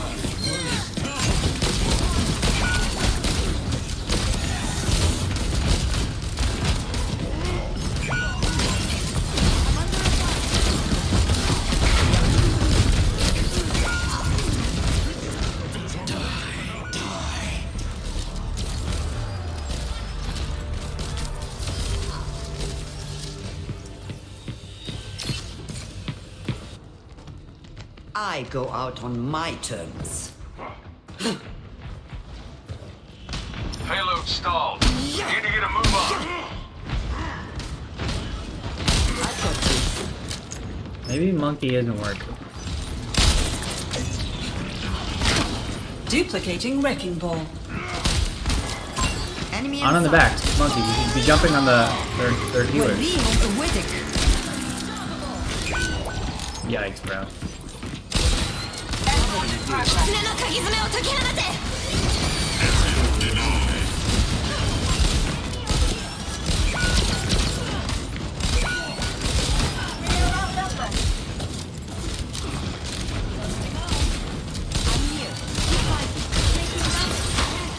We can't move until the payload moves. Eyes on the target.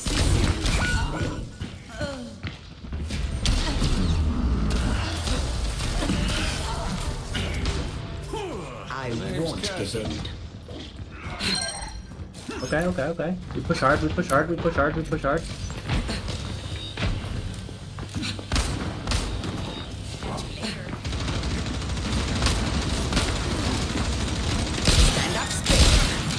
Monkey, dive their freaking healers, bro. Why are you looking at the tank? Oh my, no way. No way.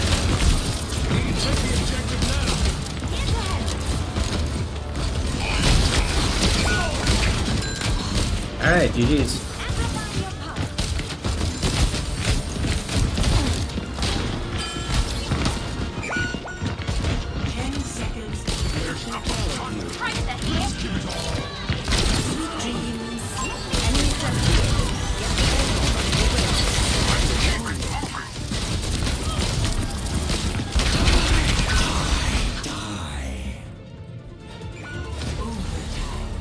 Seven and 12 is tough, man.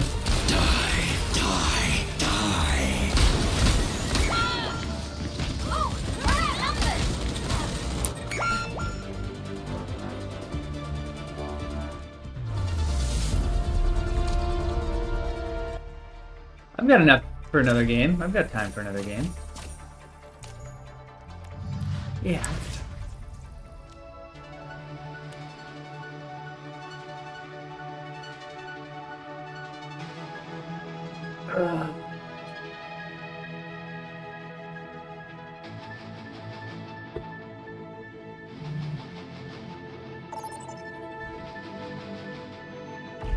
Select a map.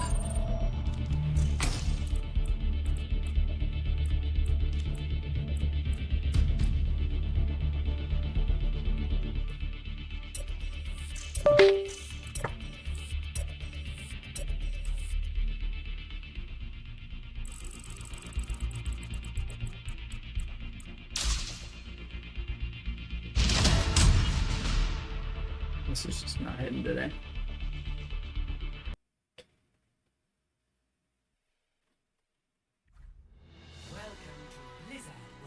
Alright. Select your hero.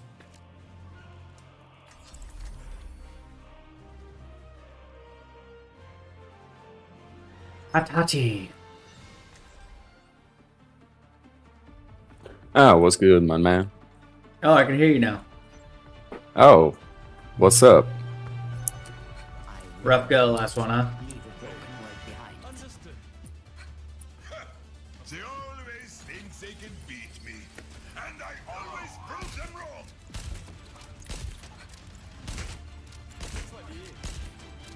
I can't wait to get out there. Can you wait to get out there? Because I can't.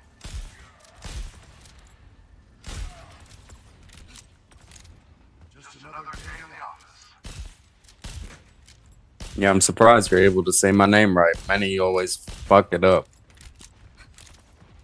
You ever have a hot toddy? Like the, Yeah, I've had one before. sounds like that. That's how I always try to say it to people, but Defend objective A. I'm dropping. I want to hold the choke.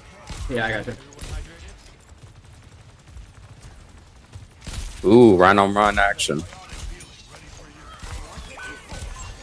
Oh shit, they do.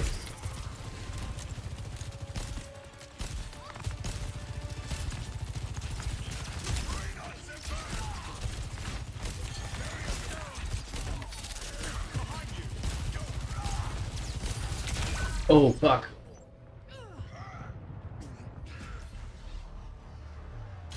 How's that episode? Out there, Ryan, at least. Won't give Nice. Oh, they got res. He got res, but They're attacking the point. I have you. Keep fighting.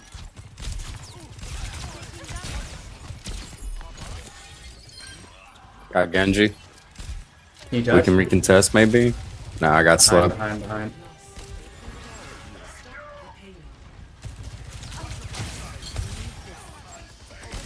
There's a somebody behind you.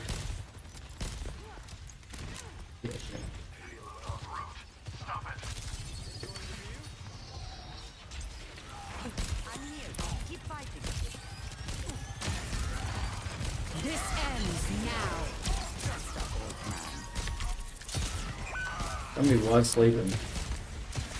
Run away. I should have just kept blocking, my fault. No, we're good.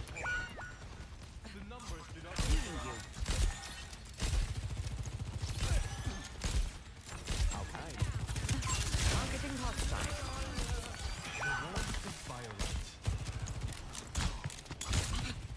Eyes on a target.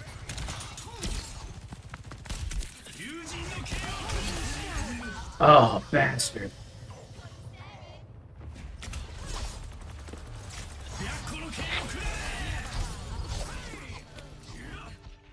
I probably should swap here because I'm getting dove.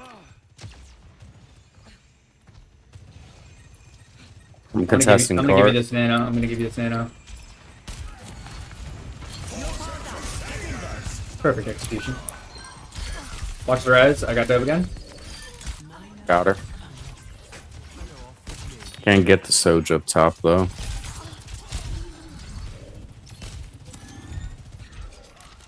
We got a labor.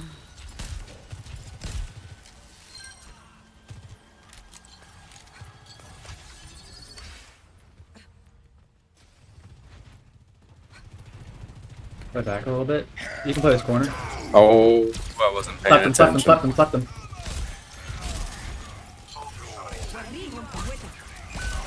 Damn. Oh, I got nano. He got diffed by the team. Targeting hostile.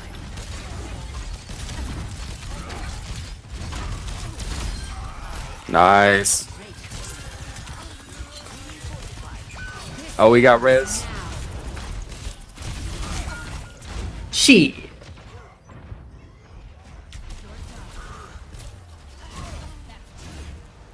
The payload has reached You'll the have to checkpoint. try harder than that.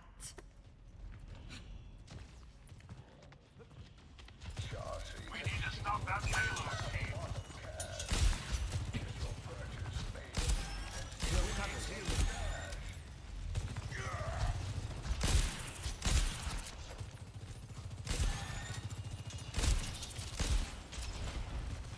Helden sterben nicht. I'm not around that corner.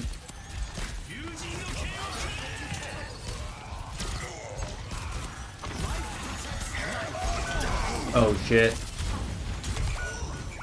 I didn't expect him to have ult. My bad. That was big. We're chilling, we're chilling. One of these days I'll end up in Fiji. Taking care of you. I think if we just like stabilize here. I got nano for you.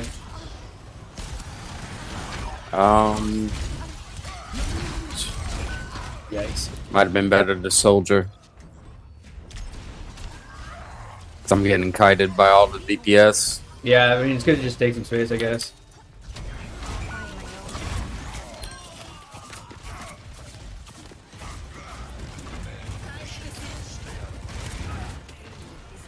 This Ryan's got a lot of space on us.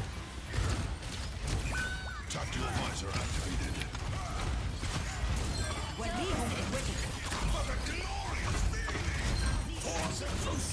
Big, big, big, big, big, big, big.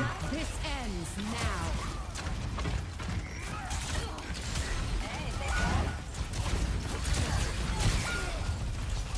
Yeah, their dive was just too good. GG's. Did you? That was annoying.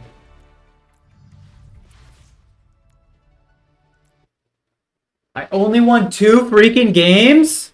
Oh my god. Overwatch, fix your fucking game. Why did it take 150 games to unlock rank? What level am I?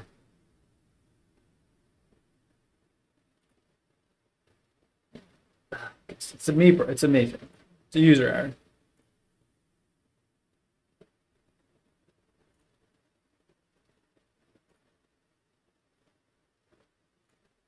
I'm not eating this. Hate it.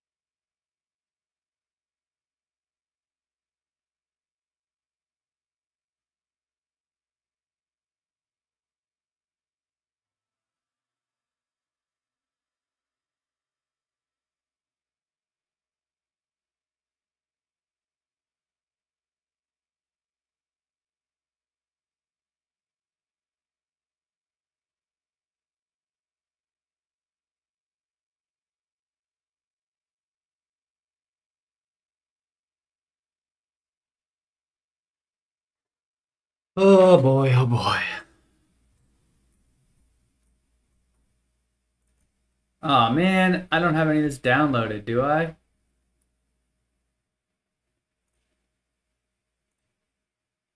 Shit.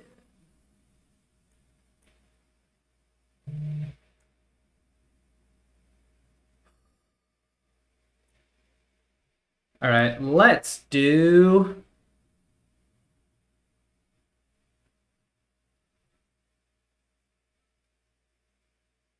some CAD. Let's do some CAD. Let's do Fusion 360. Can you close out of this, please? Oops. It should be game dev. Scenes, game dev.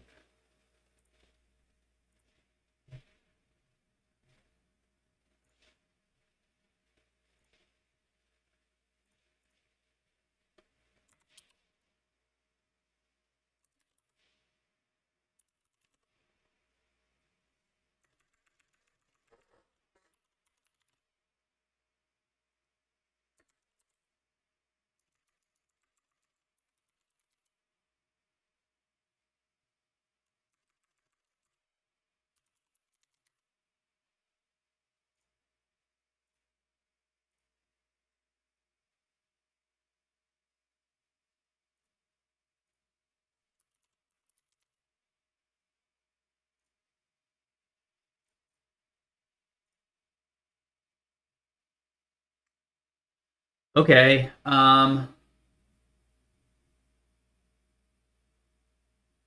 let's get our project files.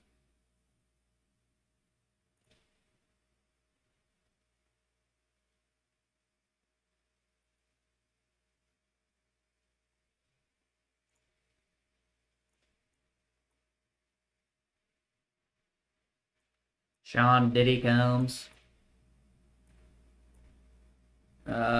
Things verse.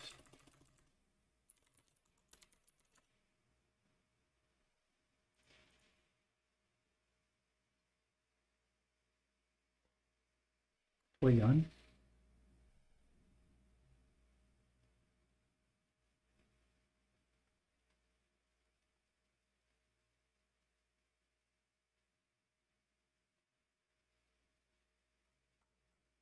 We want Raspberry Pi case.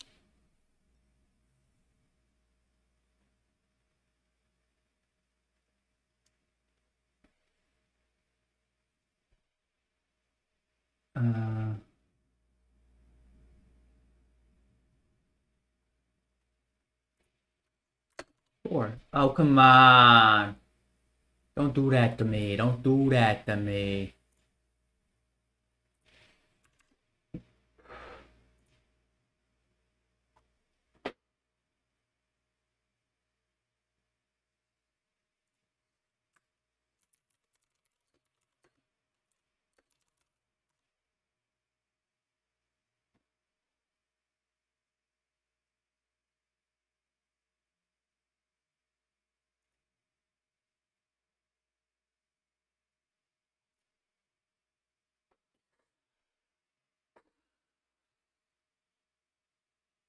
Why is this for the 2/3?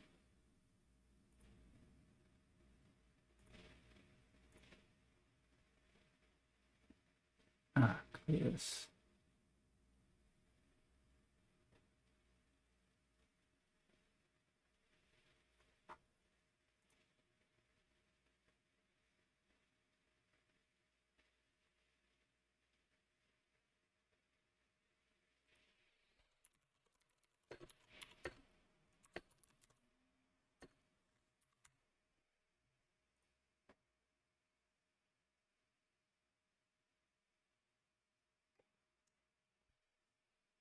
Why is it going so slow today?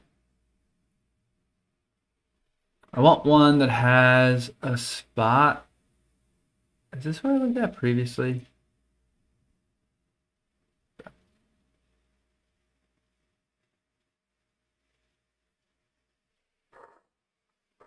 I think this is the one I want. Looks like it's got that Jimmy John there. That's on the bottom.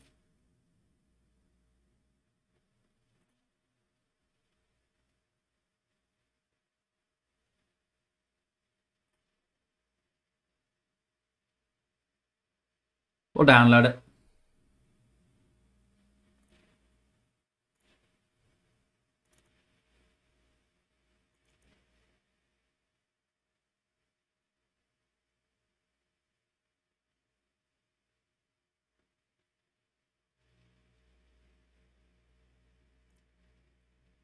Okay, we'll save this to...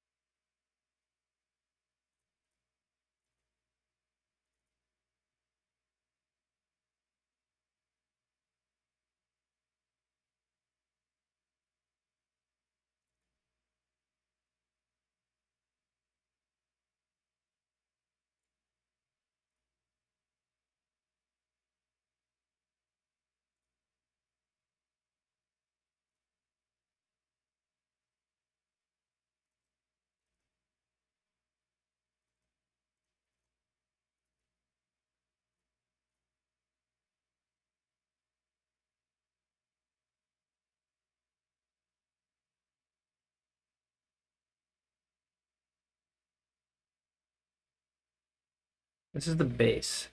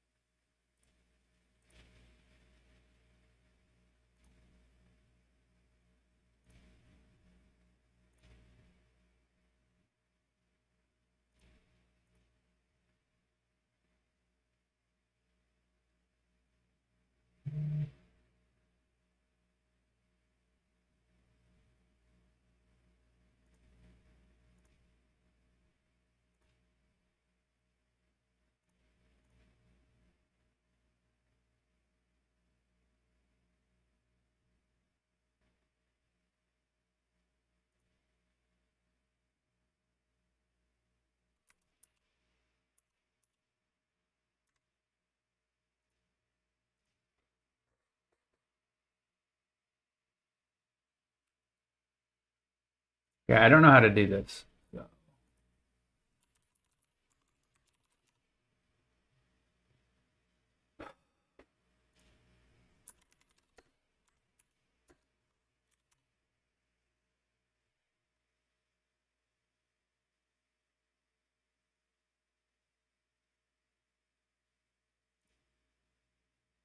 Welcome to this beginner-friendly tutorial for Autodesk Fusion, or as it was previously called, Fusion 360.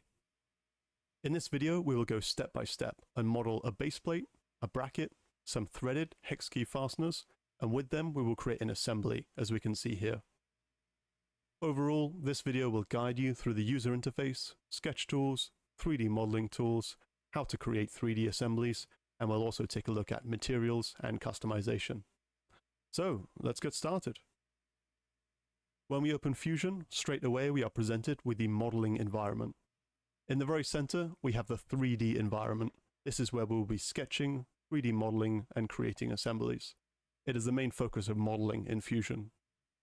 At the bottom, we have a panel of display tools and viewing tools, such as pan, orbit, zoom, etc. And we'll be covering each one of these and their shortcuts later. On the left, we have the browser.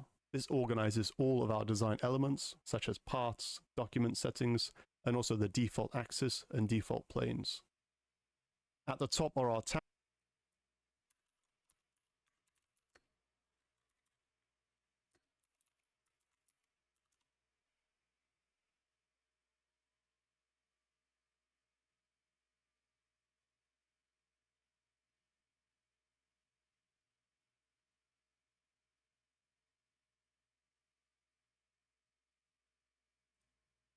So you just got a 3D printer and want to start creating things to print, but you don't know any CAD or 3D programs. No worries, because in this video, I'll show you how to get started with Blender, a completely free and powerful program for 3D printing. Hey everyone, my name is Kevin, and Blender has been my go-to creative program for the past 4 years. I've primarily used it for 3D and animation, but I've recently been using it for 3D printing, and it's been great for that purpose as well. I made this video as a step-by-step guide for anyone completely new to Blender looking to create things specifically for 3D printing. To do that, I'll walk through a customizable text keychain that you can print. I'll start with a quick overview of the interface, then move on to navigating and moving around the scene, the keychain tutorial, and finally a recap along with specific Blender 3D printing tips and techniques not covered in the tutorial but can help in various situations. You can also skip the tutorial and go straight to the recap and tips if you're somewhat familiar with Blender. I'll have timestamps below. Now, because Blender is shortcut heavy, I'll have key presses in the bottom right for reference. Let's get started. To download Blender, you can go to the official website blender.org and click download. As of this video, the latest version is Blender 4.2, which is what I'll be using here, but you can still follow along using most versions of it. I'll only be using core functions. Once installed, open it up and you'll be brought to this screen. So this main window is called the 3D viewport, which gives us a view of our scene and is where we'll do most of our work. In the top right, we have the outliner, which lists all the objects currently in the scene, such as the camera, a cube, and a light. Below that is the properties panel, which contains different settings for our scene, and I'll cover these as we encounter them. At the bottom, there's the timeline, which is used for animation. And at the top, we have different workspaces we can switch between, depending on what we want to focus on. Since this video is about designing for 3D printing, we'll keep it simple and stay in the layout workspace. We also don't need the light or camera, so let's delete them by selecting each one and pressing X. To navigate in the viewport, I recommend using a 3-button mouse and a numpad. Both will significantly improve your experience with Blender, but if you don't have them, no worries, as I'll cover alternatives as well. To rotate around the scene, hold down the middle mouse button and drag. To zoom in, use the scroll wheel or hold down Control middle mouse and drag up or down. And quick note, if you're using a Mac, anytime I say Control, it'll be Command. To pan, hold Shift middle mouse and drag. If you find your rotation isn't centered on the object, select the object and press numpad decimal to zoom in on it and reset the pivot point. Alternatively, you can go to Edit, Preferences, Navigation, and toggle Orbit Around Selection. This will center your rotation on the selected object, but I'll leave this off.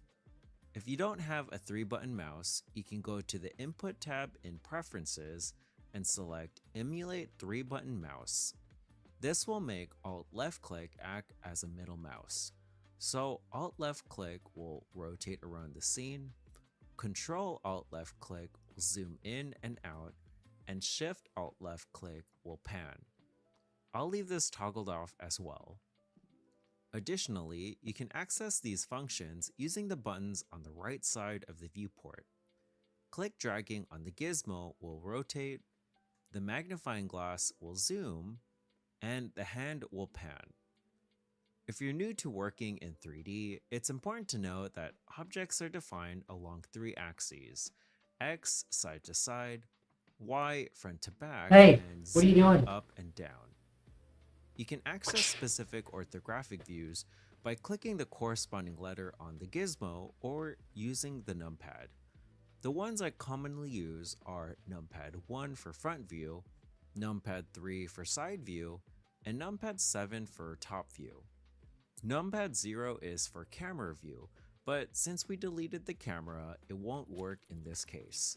You can also hover over each letter to see the tooltip and find its shortcut. And in general, this works for every button in Blender. If you don't have a numpad, in Preferences, you can go to Input and toggle Emulate Numpad. This will make the numbers at the top of your keyboard act like a numpad. What? In Preferences, you can go to Input and toggle Emulate Numpad. This will make the numbers at the top of your keyboard act like a numpad. And when I primarily use Mac,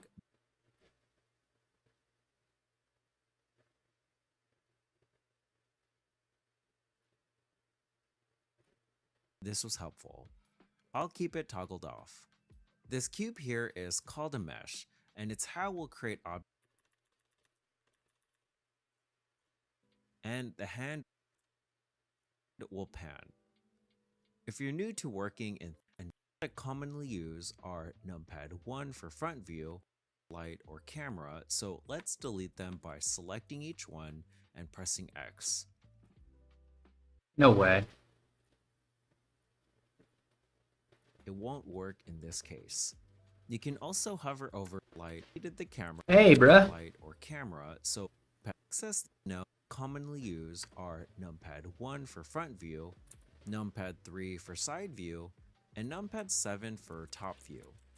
Numpad 0 is for camera view, but since we deleted the camera, it won't work in this case. You can also hover over each letter to see the tooltip and find its shortcut. And in general, this works for every button in Blender. If you don't have a numpad, in Preferences, you can go to Input and toggle Emulate Numpad. This will make the numbers at the top of your keyboard act like a numpad. And when I primarily use Mac, this was helpful. I'll keep it toggled off. This cube here is called a mesh, and it's how we'll create objects for print. To bring more meshes into the scene, you can hit Shift-A, Mesh, and find a list of primitive shapes. You can also bring in other objects through this shortcut, Monkey. like text, lights, or cameras. To move an object, select it and press G to grab. You can lock movement to a specific axis by pressing G followed by X, Y, or Z. To rotate the cube, press R, and again, you can lock it to an axis by pressing R followed by X, Y, or Z. Finally, to scale the cube, press S or lock it to an axis with S followed by X, Y, or Z. Additionally, you can exclude a specific axis when transforming by holding Shift and the corresponding axis letter. For example, if you want to move the cube along only the X and Y axes, press G then Shift Z to exclude moving it in the Z. You can access the transform controls from the toolbar on the left. Before we start our keychain, we need to adjust a few settings in Blender. First, go to the Scene Properties tab, and under Units, make sure the unit system is set to metric, and change the unit scale to 0.0.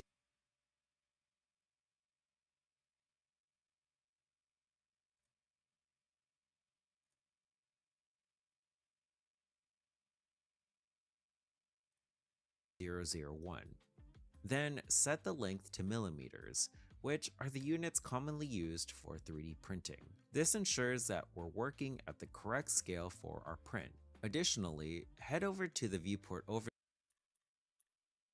scale to 0.001. Then set the length to millimeters, which are the units commonly used for 3D printing. This ensures that we're working at the correct scale for our print. Additionally, head over to the Viewport Overlays tab, which is this button up here. Click the drop down and adjust the grid scale to 0.001. This makes the visual grid guide appropriately sized at the new scale. Now, to create our keychain, we'll add some text and create a backing with a hole for some sort of chain. First, let's delete the cube by selecting it and hitting X. Hit Shift-A in the viewport and select Text Object. To change the text, we need to enter Edit Mode. Currently, we're in the default mode, which is Object Mode. Edit Mode allows us to edit specific parts of our scene objects, and in this case, modifying the text itself. Press Tab to enter it, Then change the text to whatever you want. I'll change mine to Missile, which is the name of my new puppy. When you're finished, press Tab to return to object mode. Now let's adjust the text. Go to the Object Data Properties tab. I want to change the font, so under Font, go to Regular and select this folder icon or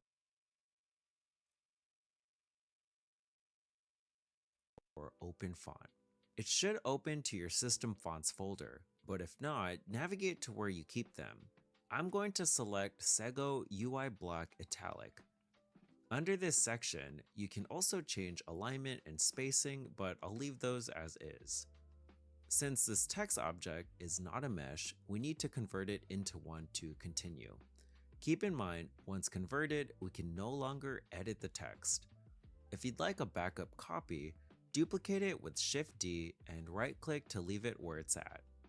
Then hit M to move it to a new collection named Extra. In the outliner, you'll see the duplicate text object under the Extra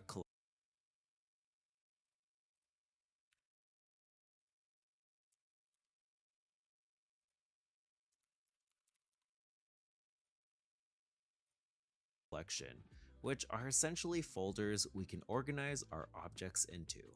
However, we don't want this collection to appear in our export, so let's uncheck this box to exclude it from view. Clicking back on the original text object, right-click Wait a second. And convert to we can organize our objects extra. In the outliner, you'll see the duplicate text object under the Extra collection, which are essentially folders we can organize our objects into. However, we don't want this collection to appear in our export, so let's uncheck this box to exclude it from view. Clicking back on the original text object, right-click and convert to mesh. Now, I want to center this text object at the world origin, which is where the X and Y axes intersect. To do that, we're going to move the origin point of this converted text object to the center of it, and then move it to the world origin. So each object has this orange dot, which is its origin point, and this determines where transforms like scale and rotation are focused. To center it on the geometry, right-click and select Set Origin, Origin to Geometry. Now, to move it to the world origin, we'll use the 3D cursor, which is the red and white circle. The 3D cursor is useful for positioning objects, and we can move it by shift right-clicking anywhere in the viewport. Since I want to place it back at the world origin, hit Shift S to bring up the snap menu and select Cursor to World Origin. Then select your object, press Shift S again, and choose Selection to Cursor. And now our object is centered at the world origin. Now I want to make this text. That's not centered.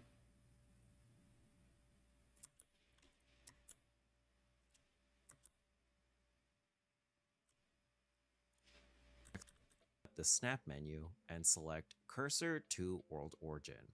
Then select your object, press Shift S again, and choose Selection to Cursor. And now our object is centered at That ain't it, Chief.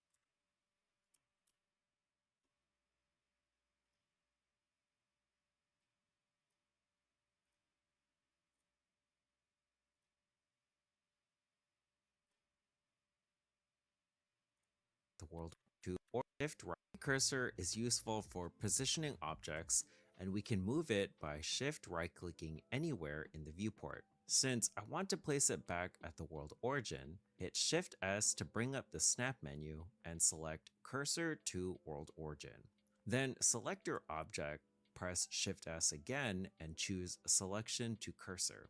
And now our object is centered at the world origin. Now I want to make this text large enough for our keychain. Bro, it's not working.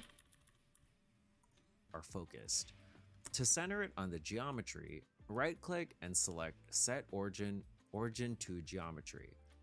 Now, to move it to the world origin, we'll use the 3D cursor, which is the red and white circle.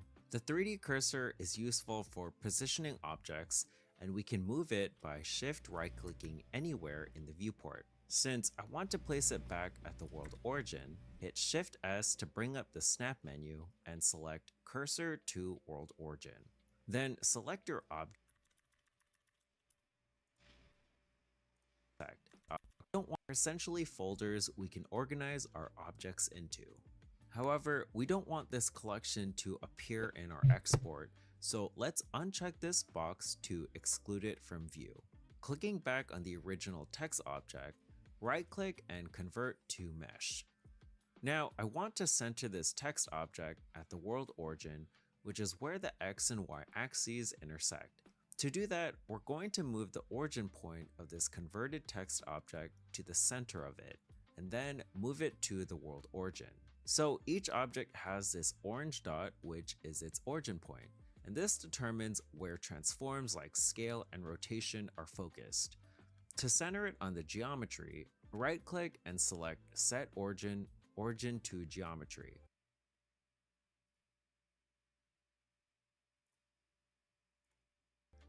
Now, to move it to the world origin, we'll use the 3D cursor, which is the red and white circle. The 3D cursor is useful for positioning objects, and we can move it by shift right-clicking anywhere in the viewport. Since I want to place it back at the world origin, hit Shift S to bring up the snap menu and select Cursor to World Origin. Then select your object, press Shift S again and choose Selection to Cursor. And now our object is centered at the world origin. Now I want to make this text large enough for our keychain. Let's expand the side menu with End, and in the Item tab under Dimensions, we can see it's about 2.8 millimeters in the X, which is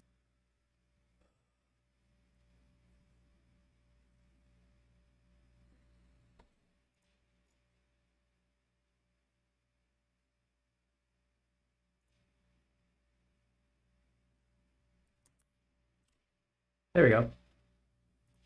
very small. I want this to be about 95 millimeters, which translates to about 3.7 inches. Now, if you want to be exact with your measurements, you can input whatever units you're working with, and Blender will automatically convert it into millimeters. So to scale this, hit S and drag to where it's about 95 millimeters in the X. You can also click drag on the X and Y. Now, I want to make this text large enough for our keychain. Let's expand the side menu with End, and in the Item tab under End. I don't have a freaking numpad.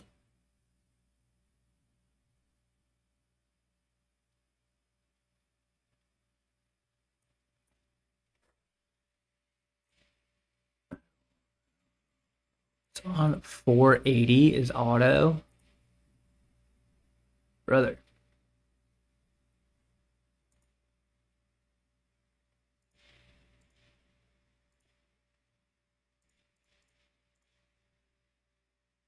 Expand the side menu with End.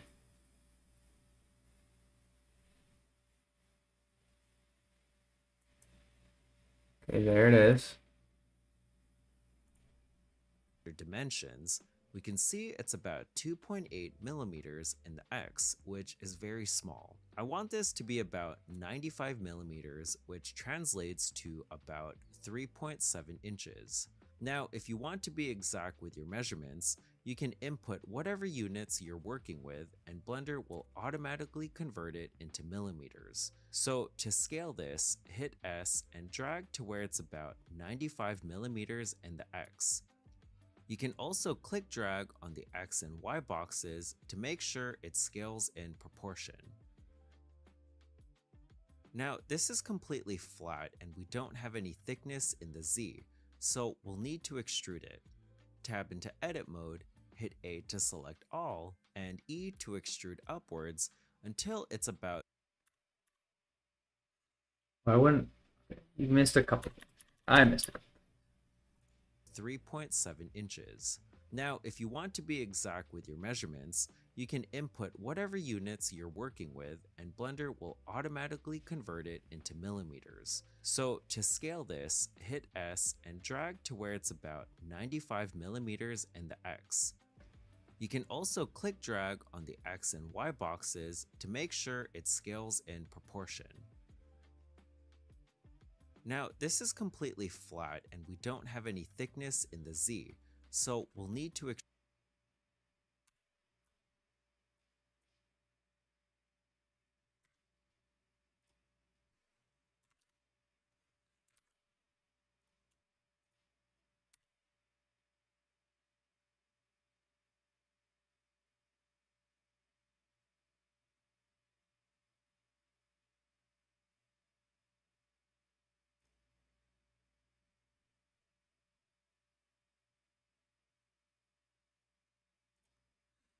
extrude it. Tab into edit mode, hit A to select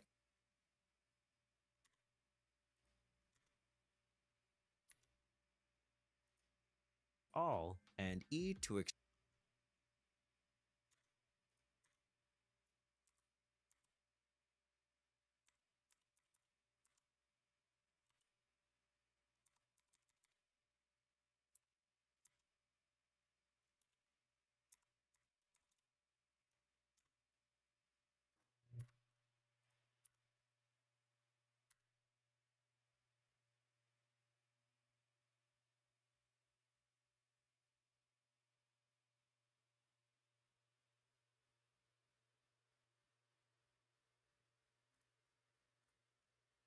extrude upwards until it's about 2 millimeters under median.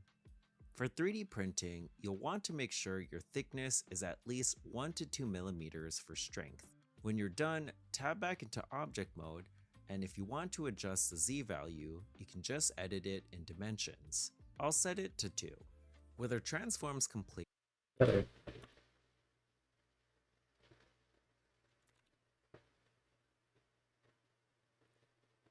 done, tab back into object mode, and if you want to adjust the Z value, you can just edit it in dimensions. I'll set it to 2.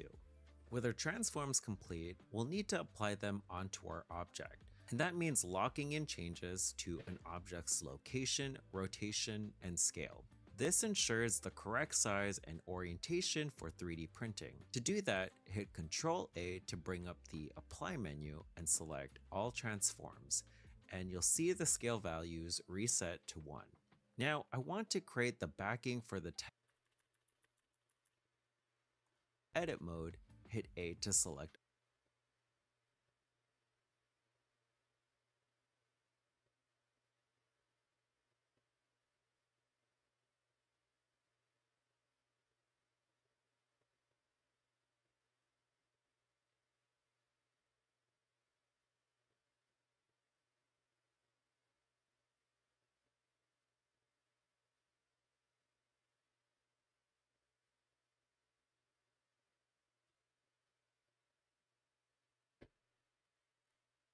all, and E to extrude upwards until it's about 2 millimeters under median. For 3D printing, you'll want to make sure your thickness is at least 1 to 2 millimeters for strength. When you're done, tab back into object mode, and if you want to adjust the Z value, when you're done, tab back into object mode, and if you want to adjust the Z value, you can just edit it in dimensions. I'll set it to 2. With our transforms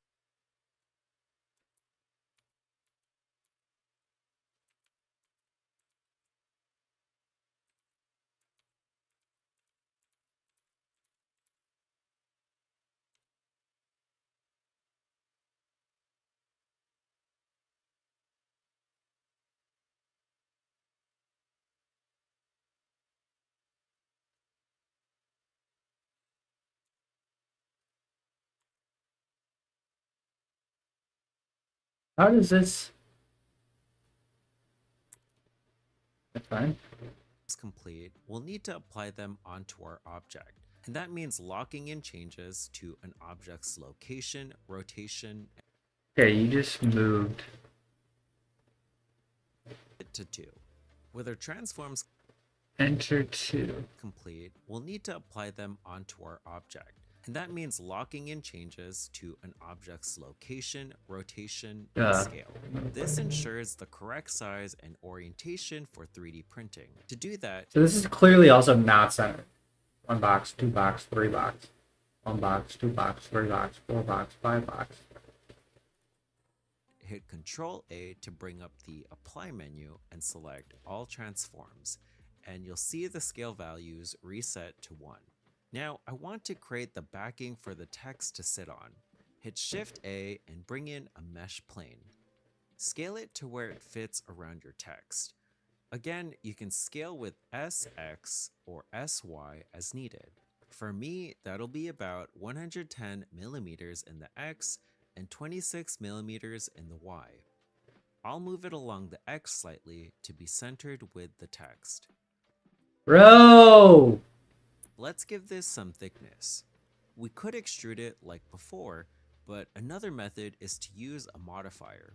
Modifiers are tools that allow you to perform non-destructive edits to your objects. Before we do this, we need to apply transforms with Ctrl A so the modifiers appear accurately on the mesh. Yamada! I want to move this. Alright, first of all,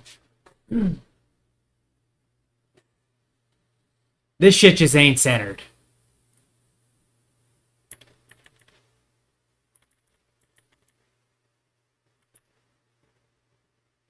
I don't know what I'm doing.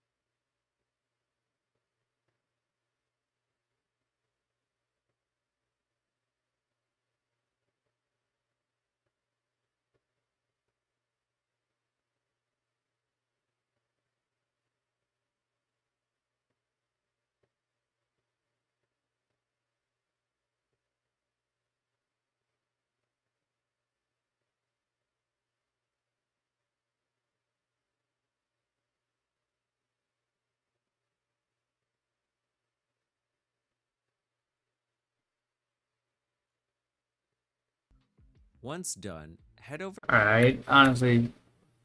Before we do this, we need to apply transforms with Ctrl A so the modifiers appear accurately on the mesh. Once done, head over to the Modifiers tab and add a Solidify modifier. This will allow us to add thickness and add a Solidify modifier. This will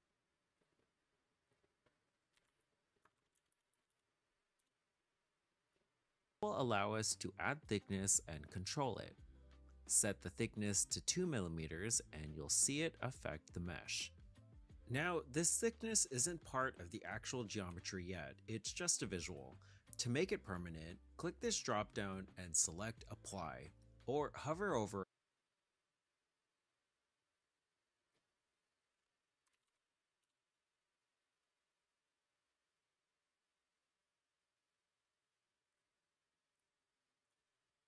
it and press Ctrl A.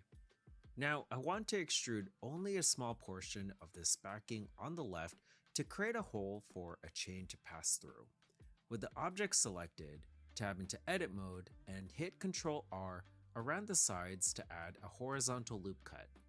Use the scroll wheel to adjust the number of cuts. I'll add 2 and then click twice to confirm. You can also adjust the number of cuts in the menu that appears once you confirm in the bottom left. So with that, Homie, what?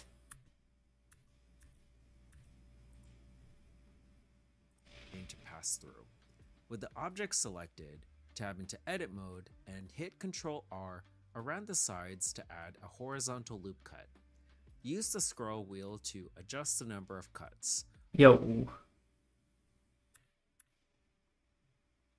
Tab into edit mode and hit Ctrl. Oh no, no.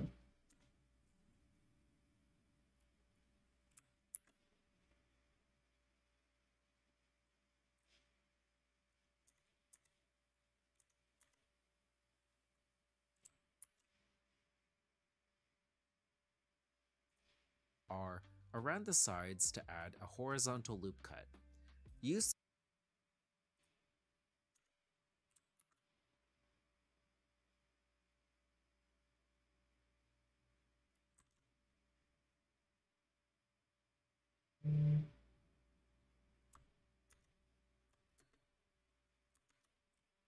the scroll wheel to adjust the number of cuts. I'll add 2 and then click twice to confirm. You can also adjust the number of cuts in the menu that appears once you confirm in the bottom left. So with that small portion created, let's extrude it. Now there are 3 ways we can select parts of a mesh, and that's through a vertex, which is a point, an edge, and a face. The selection controls are up here and they correspond to shortcut 1, 2, and 3 respectively.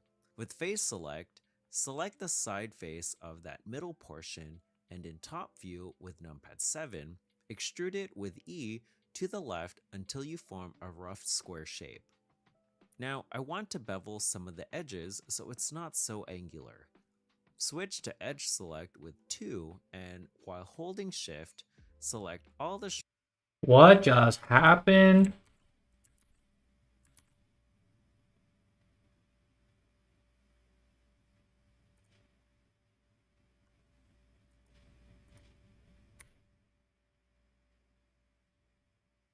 Brother? I'm not.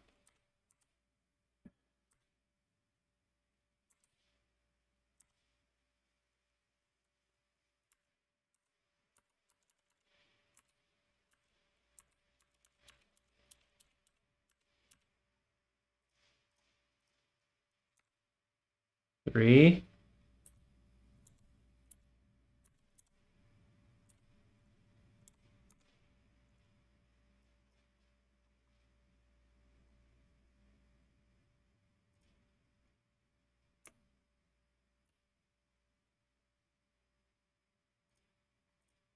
sharp vertical edges of the backing. The sharp edge select with 2 and while holding shift, select all the sharp vertical edges of the backing.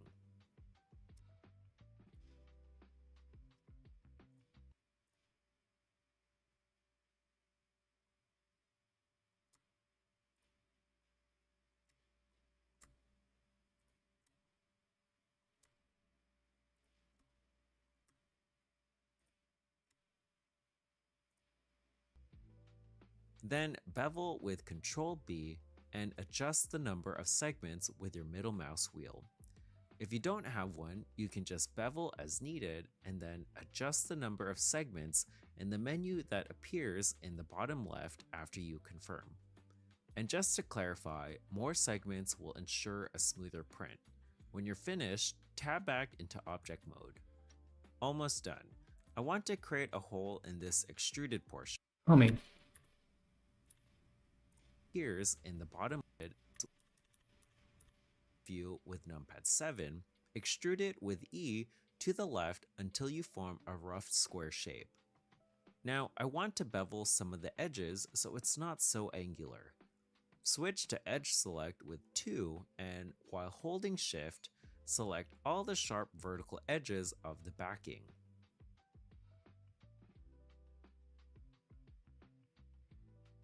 Then bevel with Ctrl B and adjust the number of segments with your middle mouse wheel. If you don't have one, you can just bevel as needed and then adjust the number of segments in the menu that appears in the bottom left after you confirm. And just to clarify, more segments will ensure a smoother print. When you're finished, tab back into object mode. Will ensure a smoother print. When you're finished,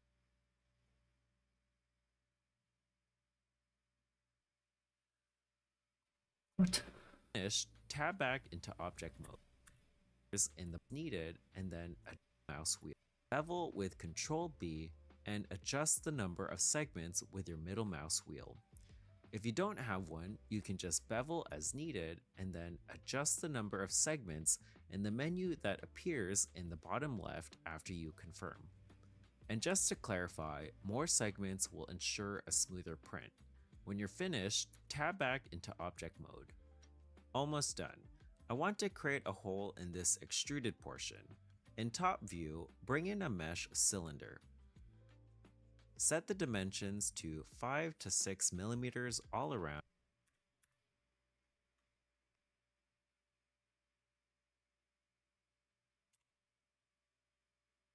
Penis! In this extruded portion. In top view, bring in a mesh cylinder. Set the dimensions to 5 to 6 millimeters all around, or however big your... How do I tell what mode I'm in? Object mode, edit mode, there we go. Okay. Shift A. No. That was Control A. No. Almost done. I want to create a hole in this extruded portion. In top view, bring in a mesh cylinder. Set the... In top view, bring in a mesh cylinder.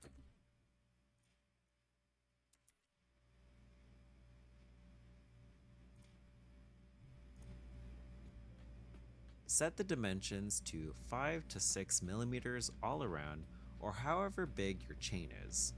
Then position it over the extruded portion.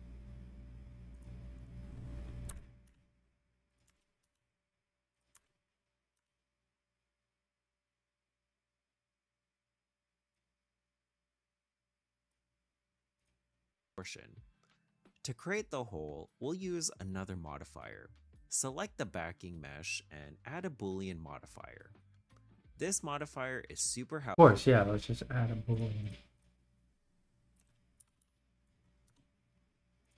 Helpful in 3D printing because it allows you to combine and subtract geometry. Here, we'll want to use difference. Under Object, select the cylinder, or by using the eyedropper tool on it, and then apply the modifier. Now, it doesn't look like it did anything, but if we delete the cylinder, you'll see a hole has formed. And now our keychain is complete. Before we export, let's dropper tool on it, and then apply the modifier.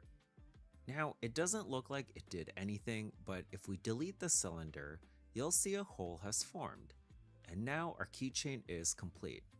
Before we export, let's do a few checks. 1. Make sure we don't have any floating regions. Just check. I'm gonna kill ya! This modifier is super helpful.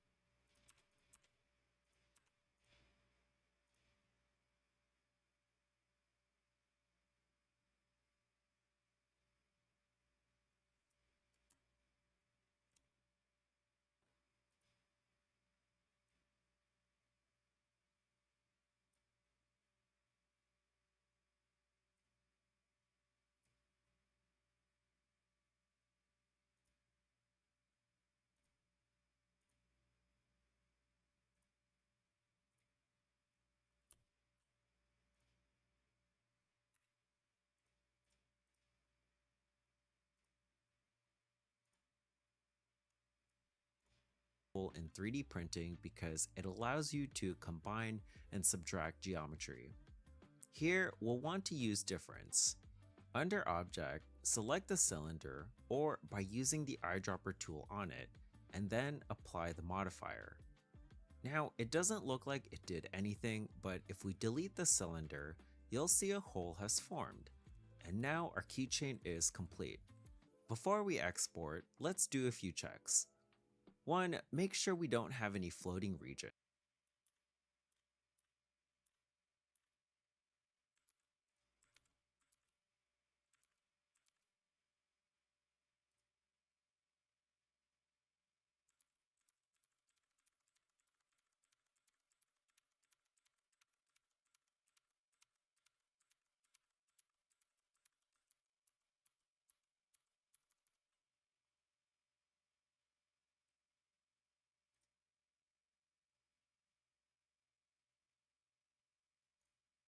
Want to use difference. Under Object, select the cylinder, or by using the eyedropper tool on it, and then apply the modifier. By using the eyedropper tool on it, and then apply the modifier.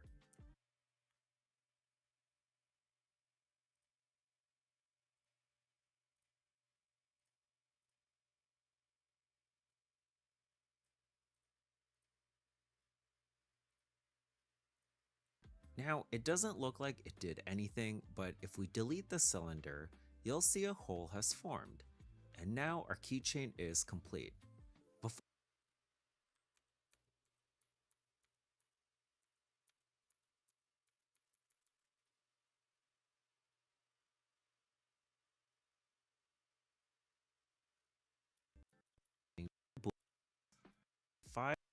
Bring in a mesh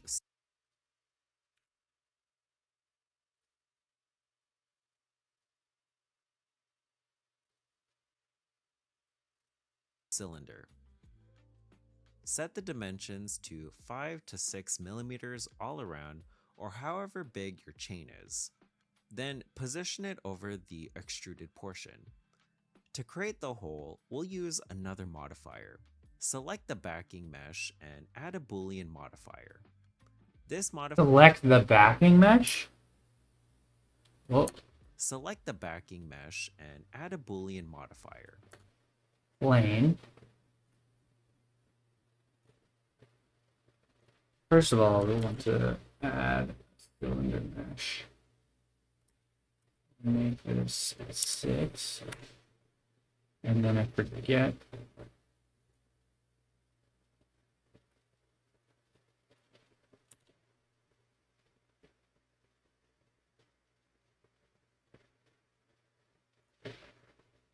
This modifier is super helpful in 3D printing because it allows you to combine and subtract geometry.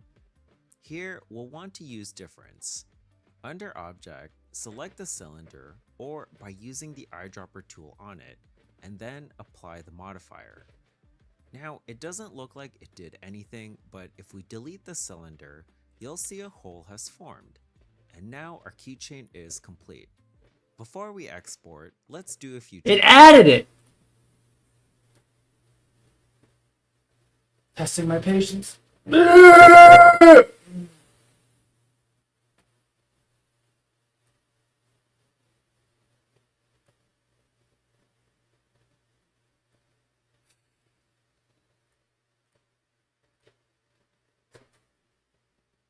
Stacy, Aliza, no.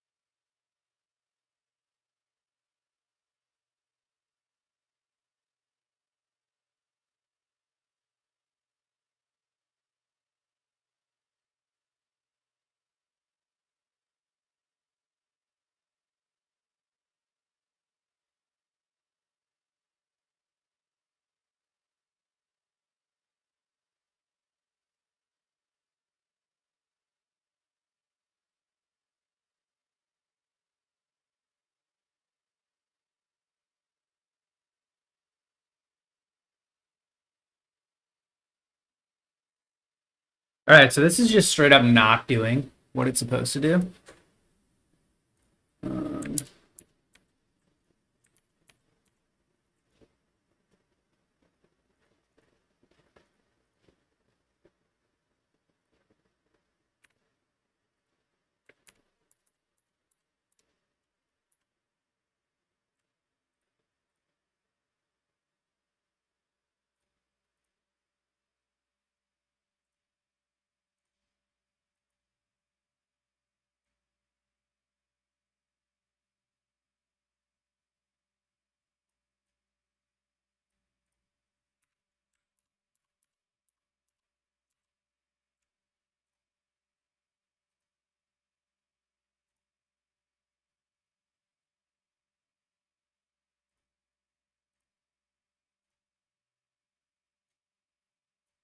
That's crazy.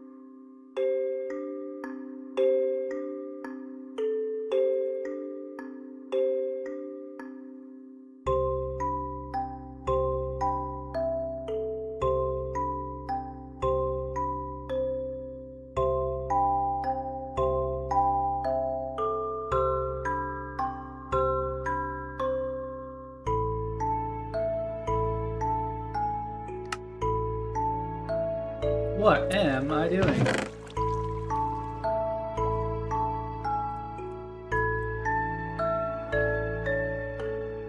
Oh, I'm gonna make this.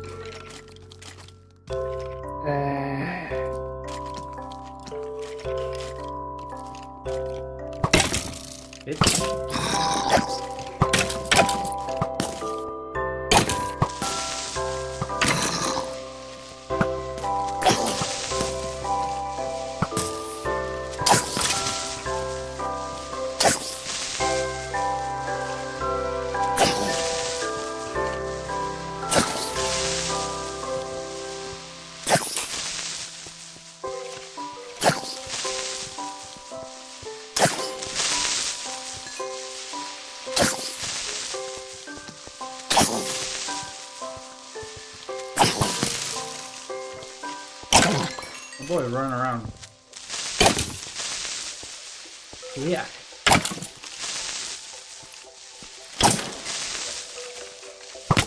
Hey, you fucker! Alright, Curse.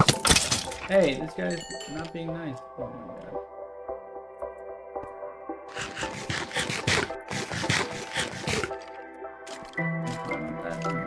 Can't.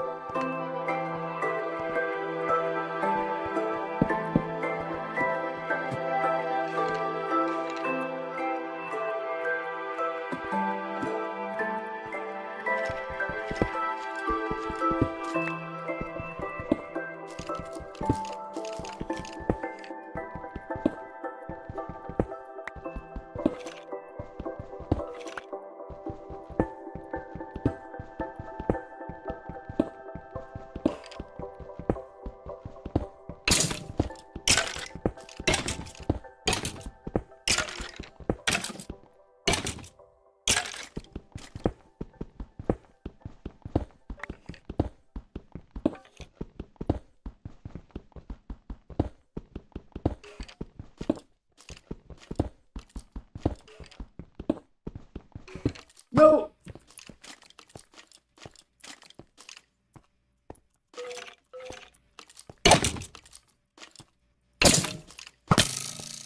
You bitch.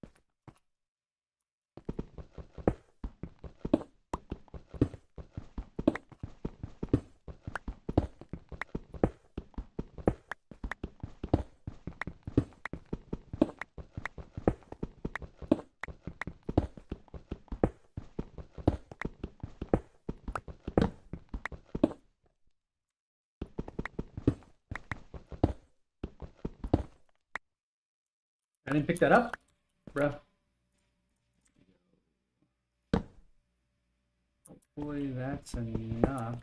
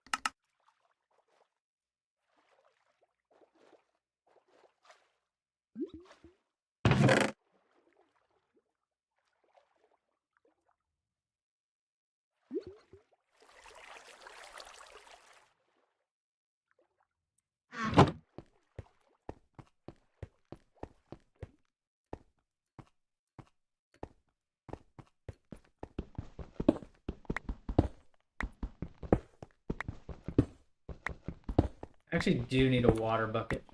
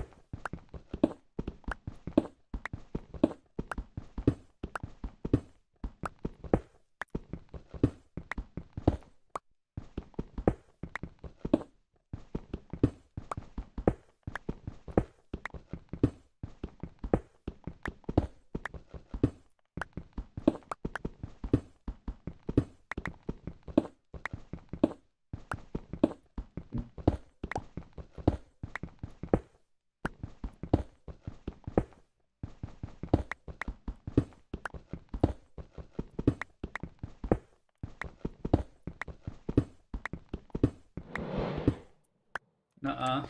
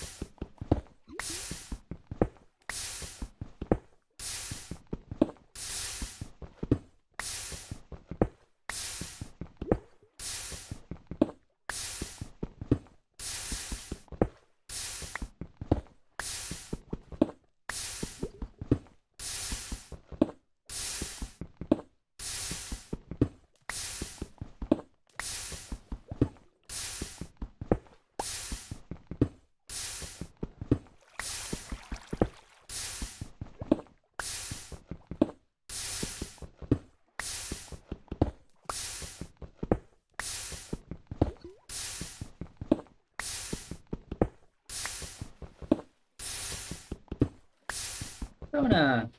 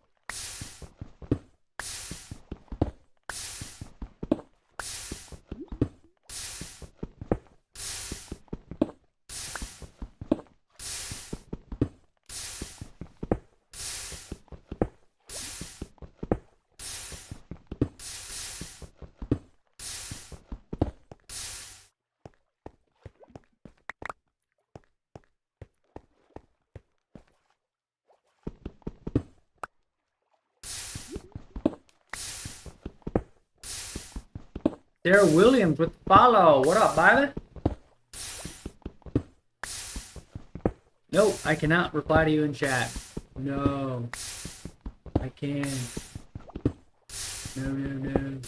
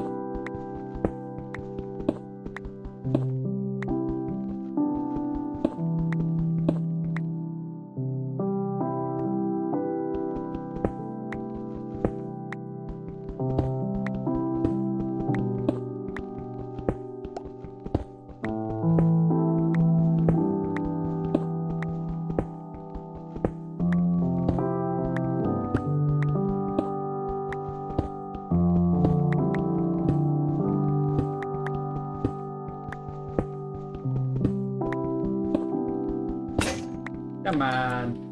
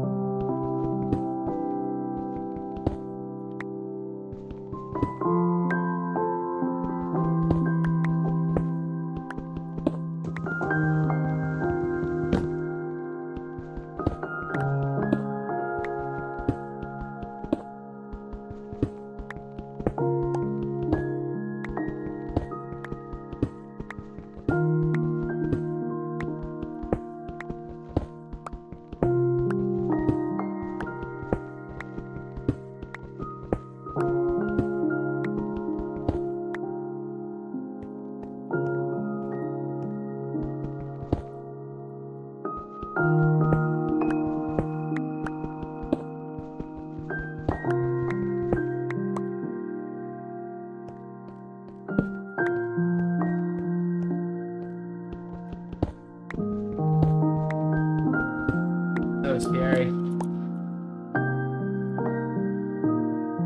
Do I have enough cobblestone? Probably.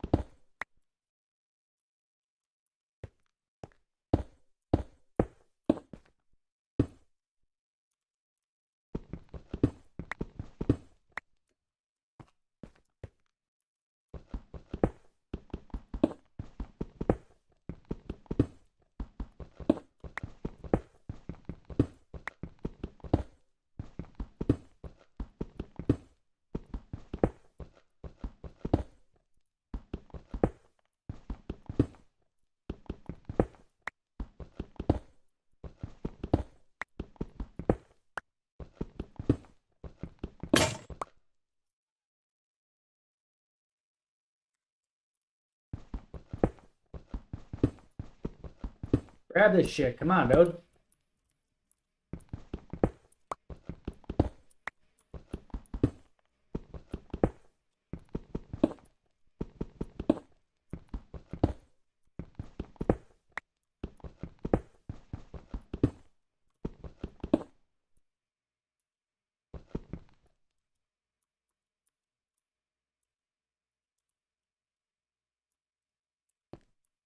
Alright, whatever. I'm gonna build this now. And I probably should get a water bucket.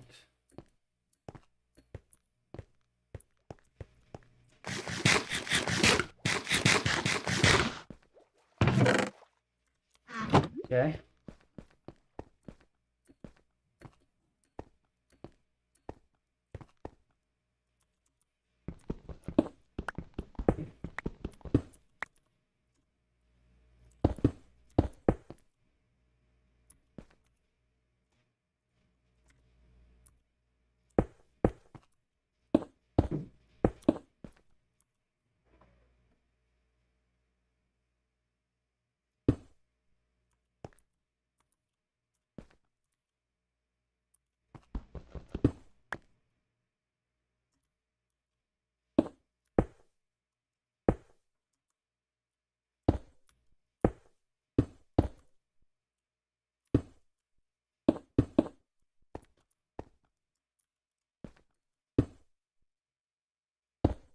I think it's 22.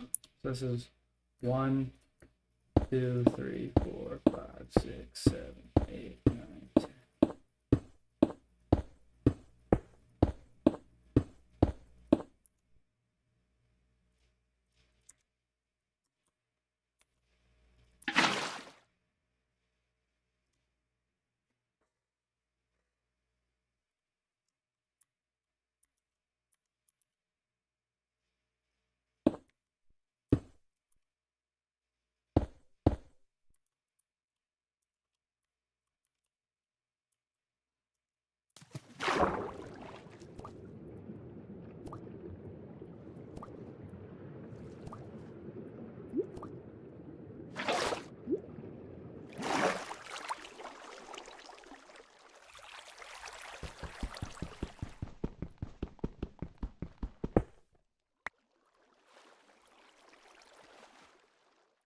Why don't I just put this in the middle here?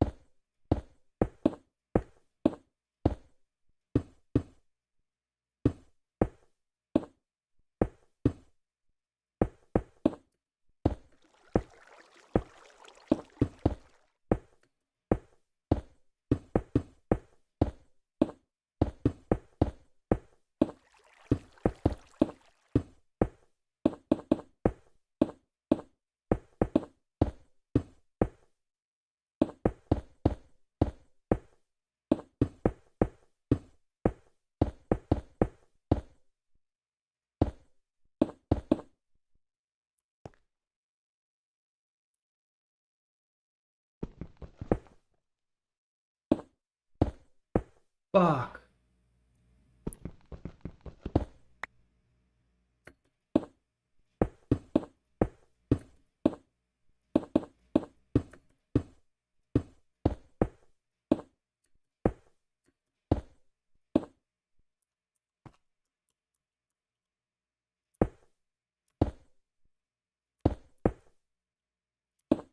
Three, 5, 7, 8, 9. I think it's this. This.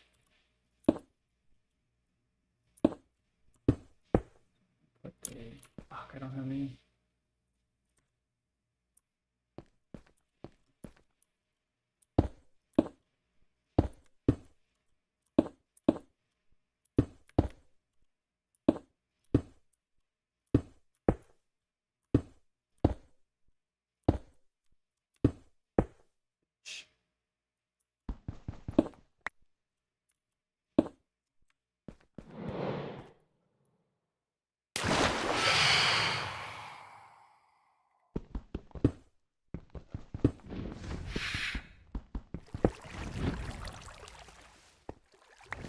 Like it.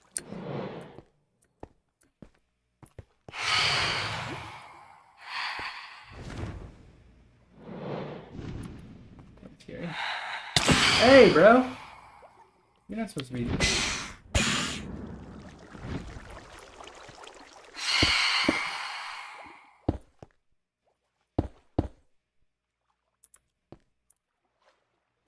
God damn it.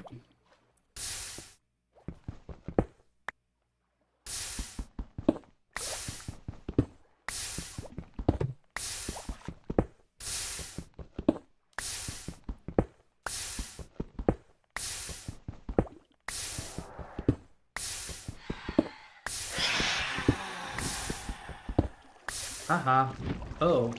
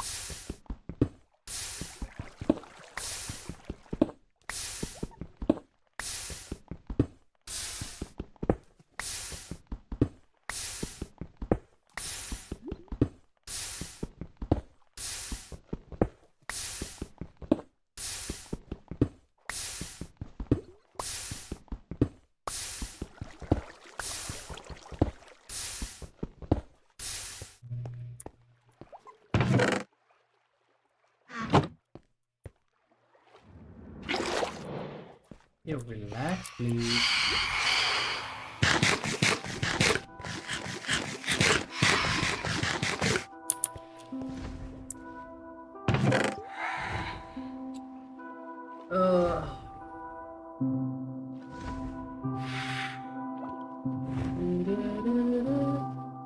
I need 12 string.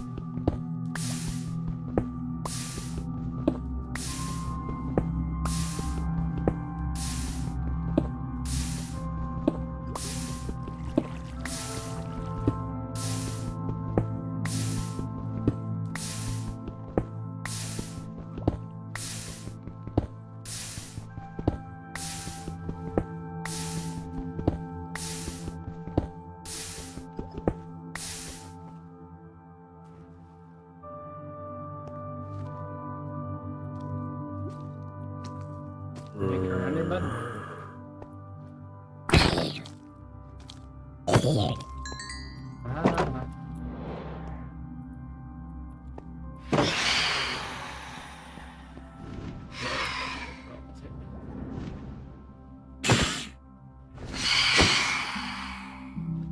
Close that shit up.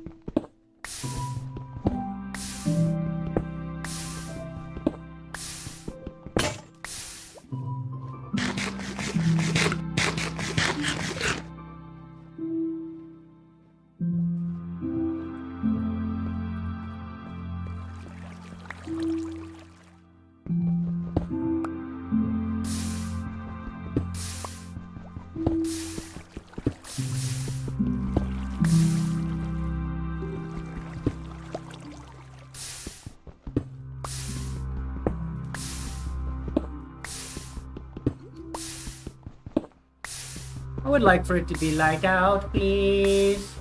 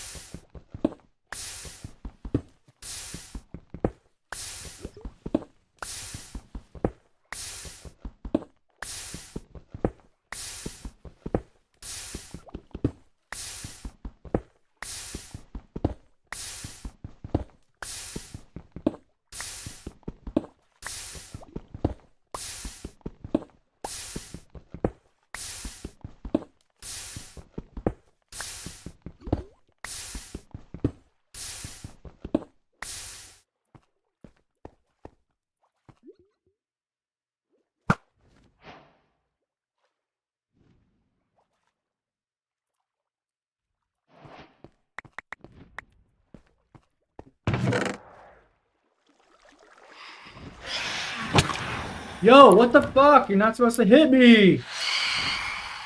God damn it.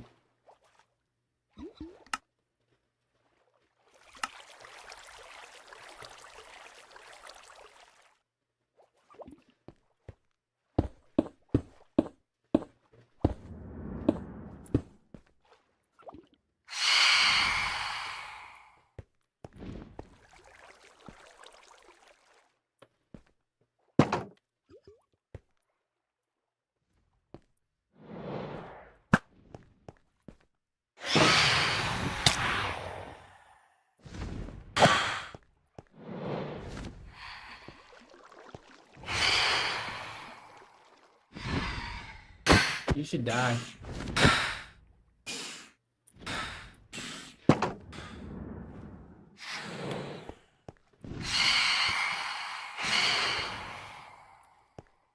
Aren't you dying yet? Get busy living or get busy dying? You're not coming for me, right? That's right, Holly.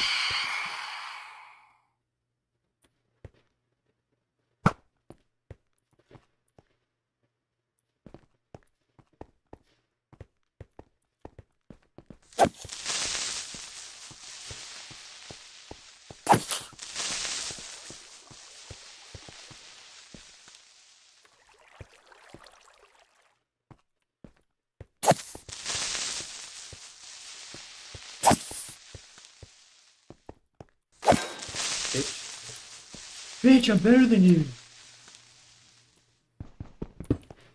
Oh no, the water.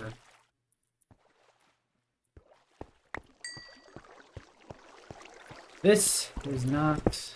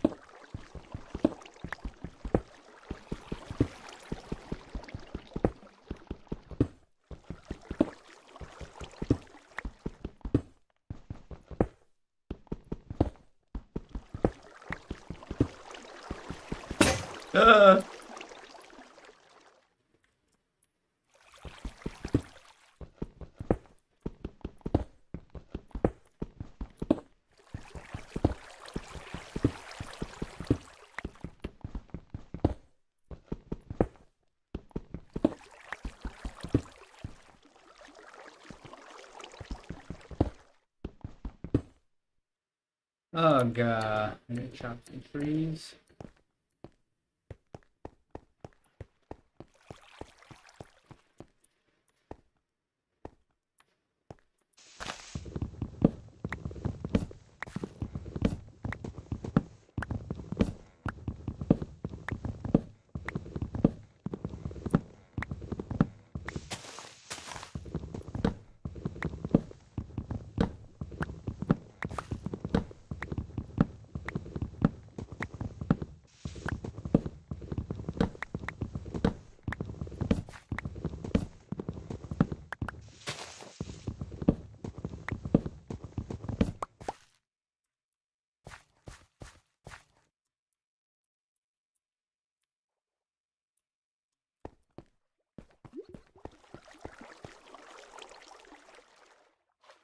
No.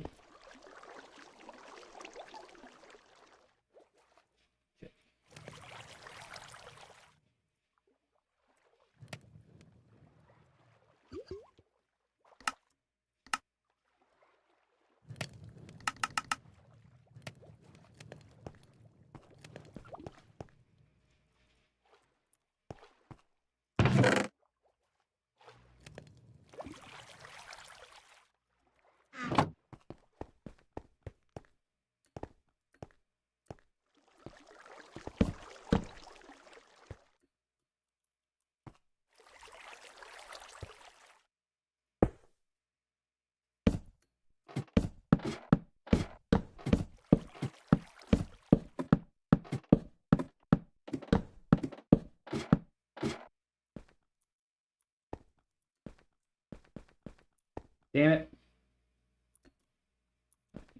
One extra. Well, I'll do it this way, actually.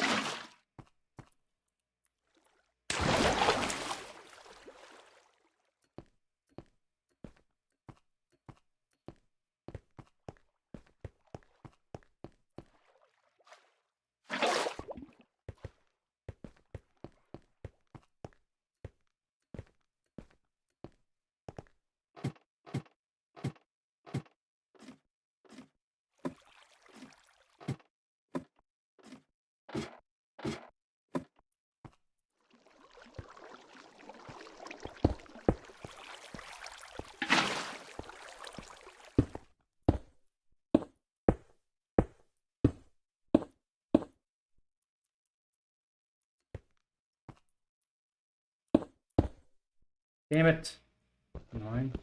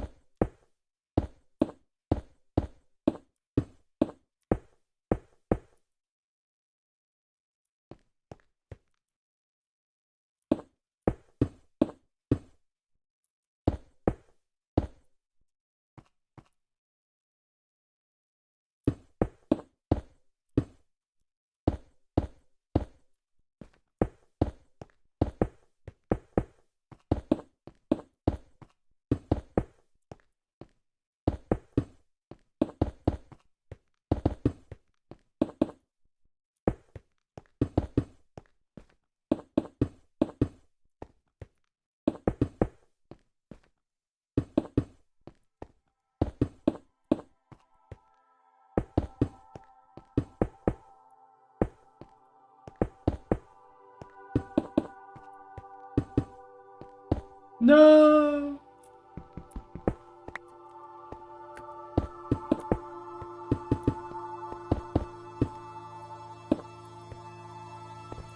Haste makes waste.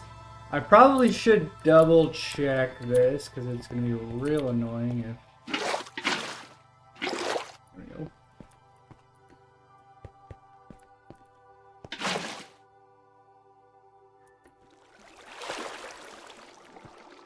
That's perfect.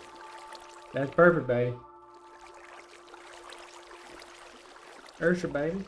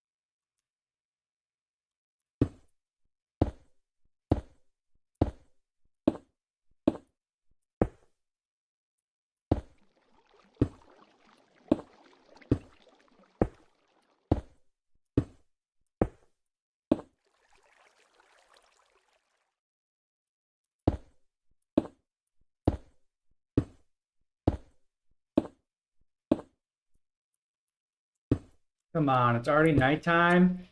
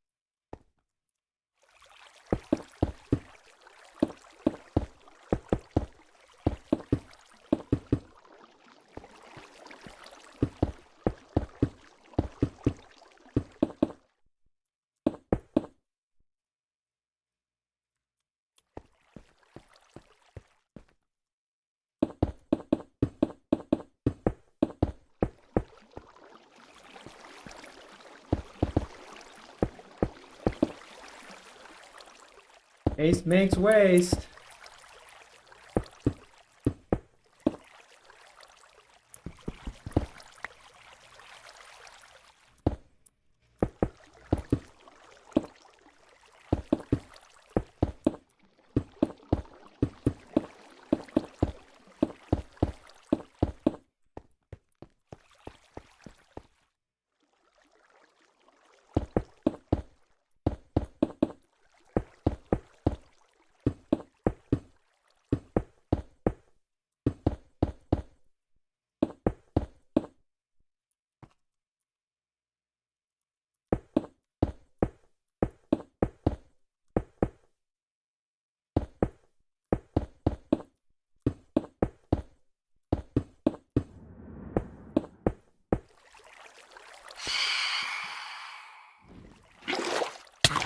You motherfucker.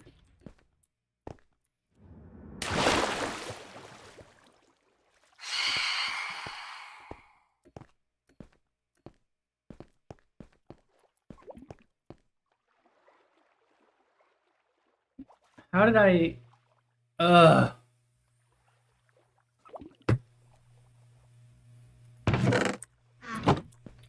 Well, I need more of this.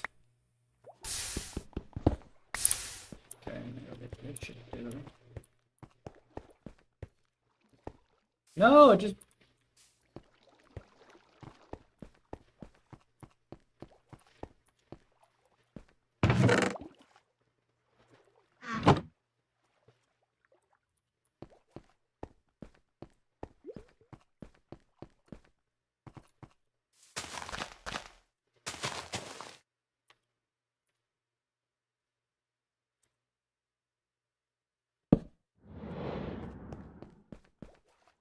Away from me.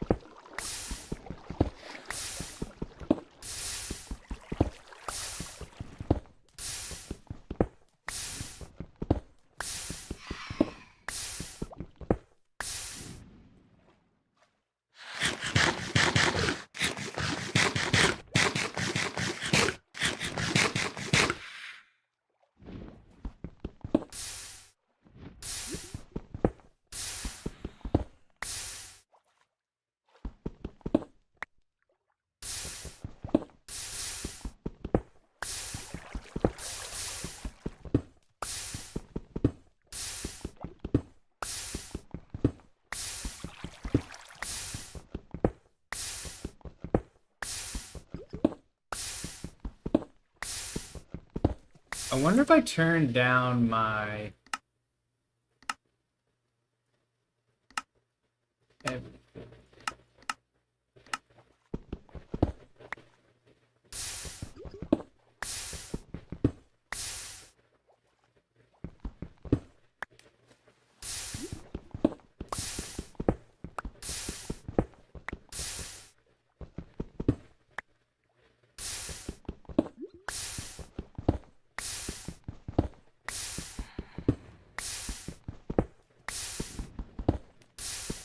Nah, they're still out there.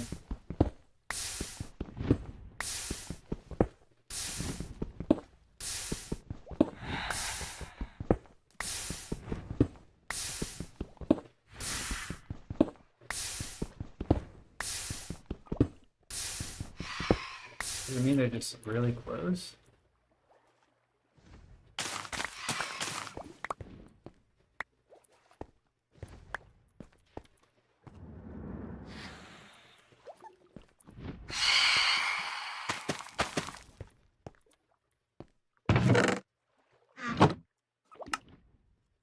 I got a piece of bread.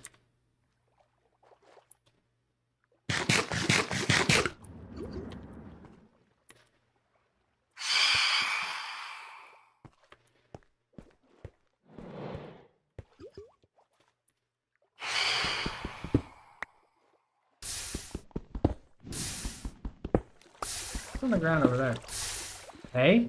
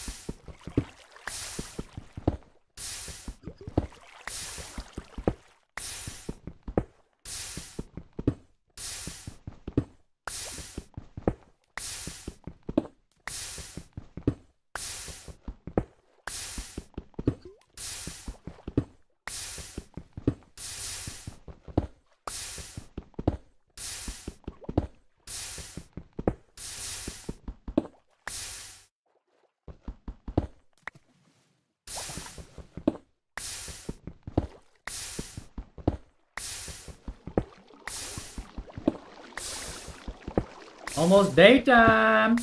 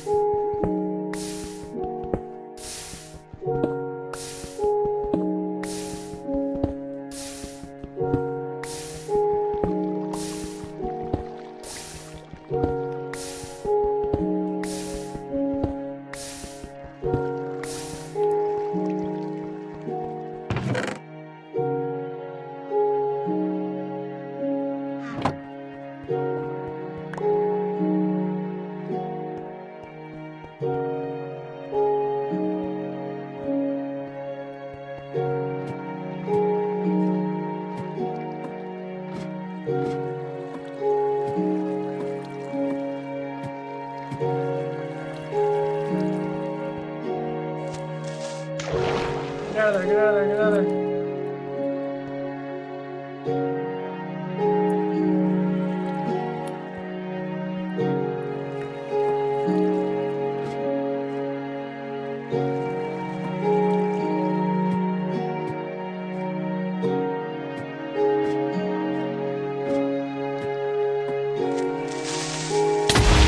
You mother.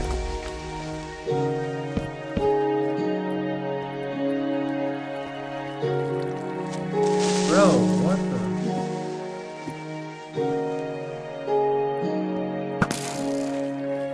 Yep.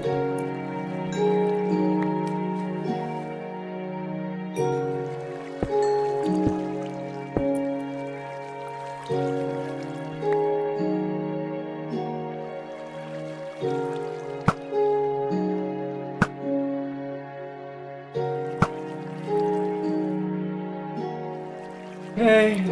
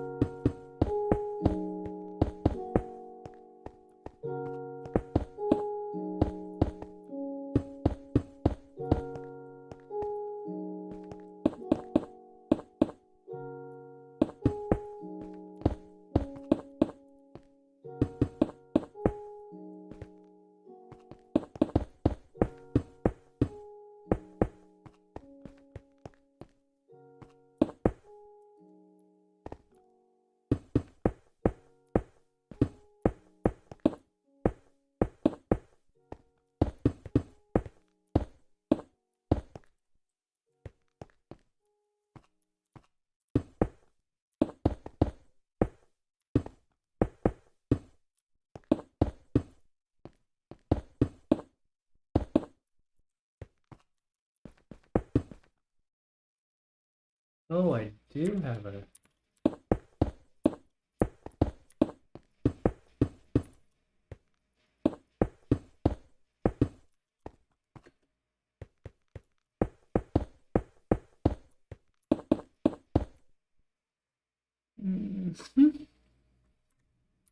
Quick Google.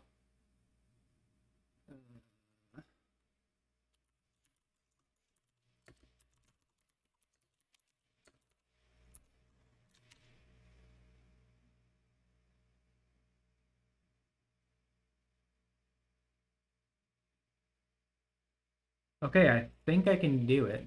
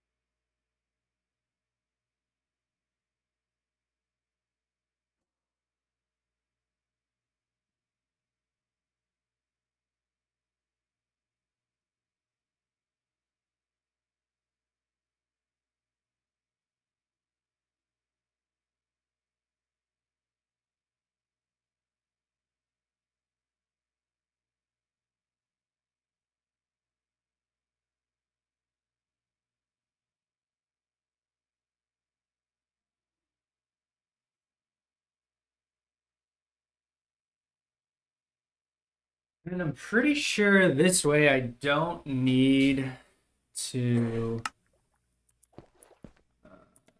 take this. I did. Do I really need wood?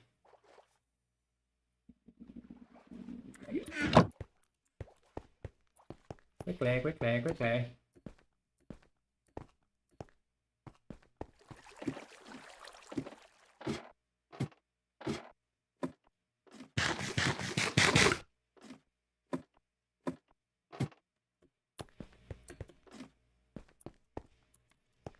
What the fuck? I used that? God damn it. I'm hoping that's enough.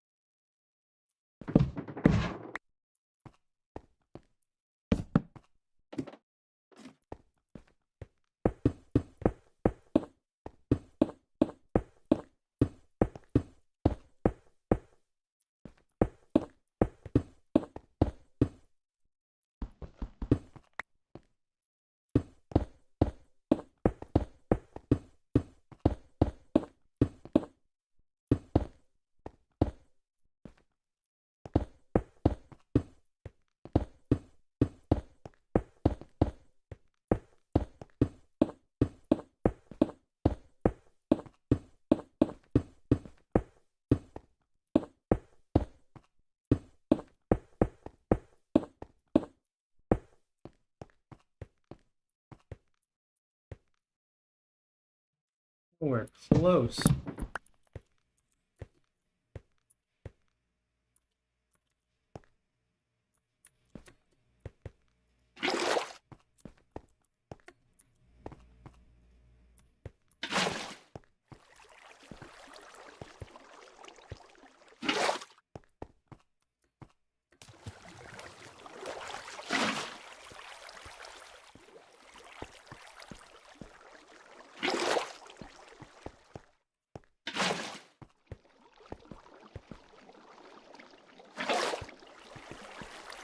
No, what? You're joshing me. You are absolutely joshing me.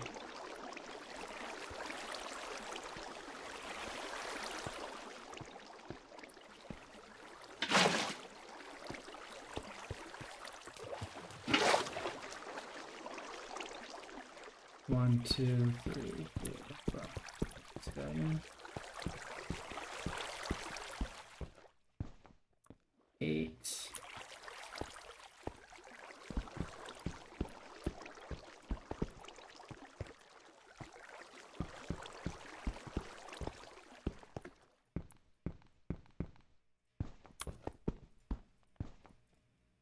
Alright, so this one's 1, 2 too long. This one's 1, 2 short. Not a big deal.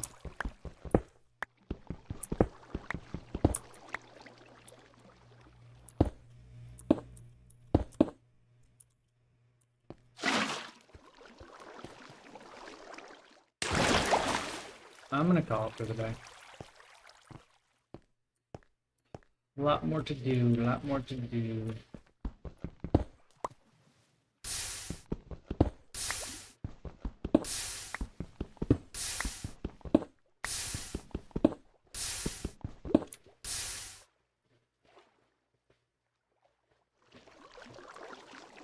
Okay. That's it for me.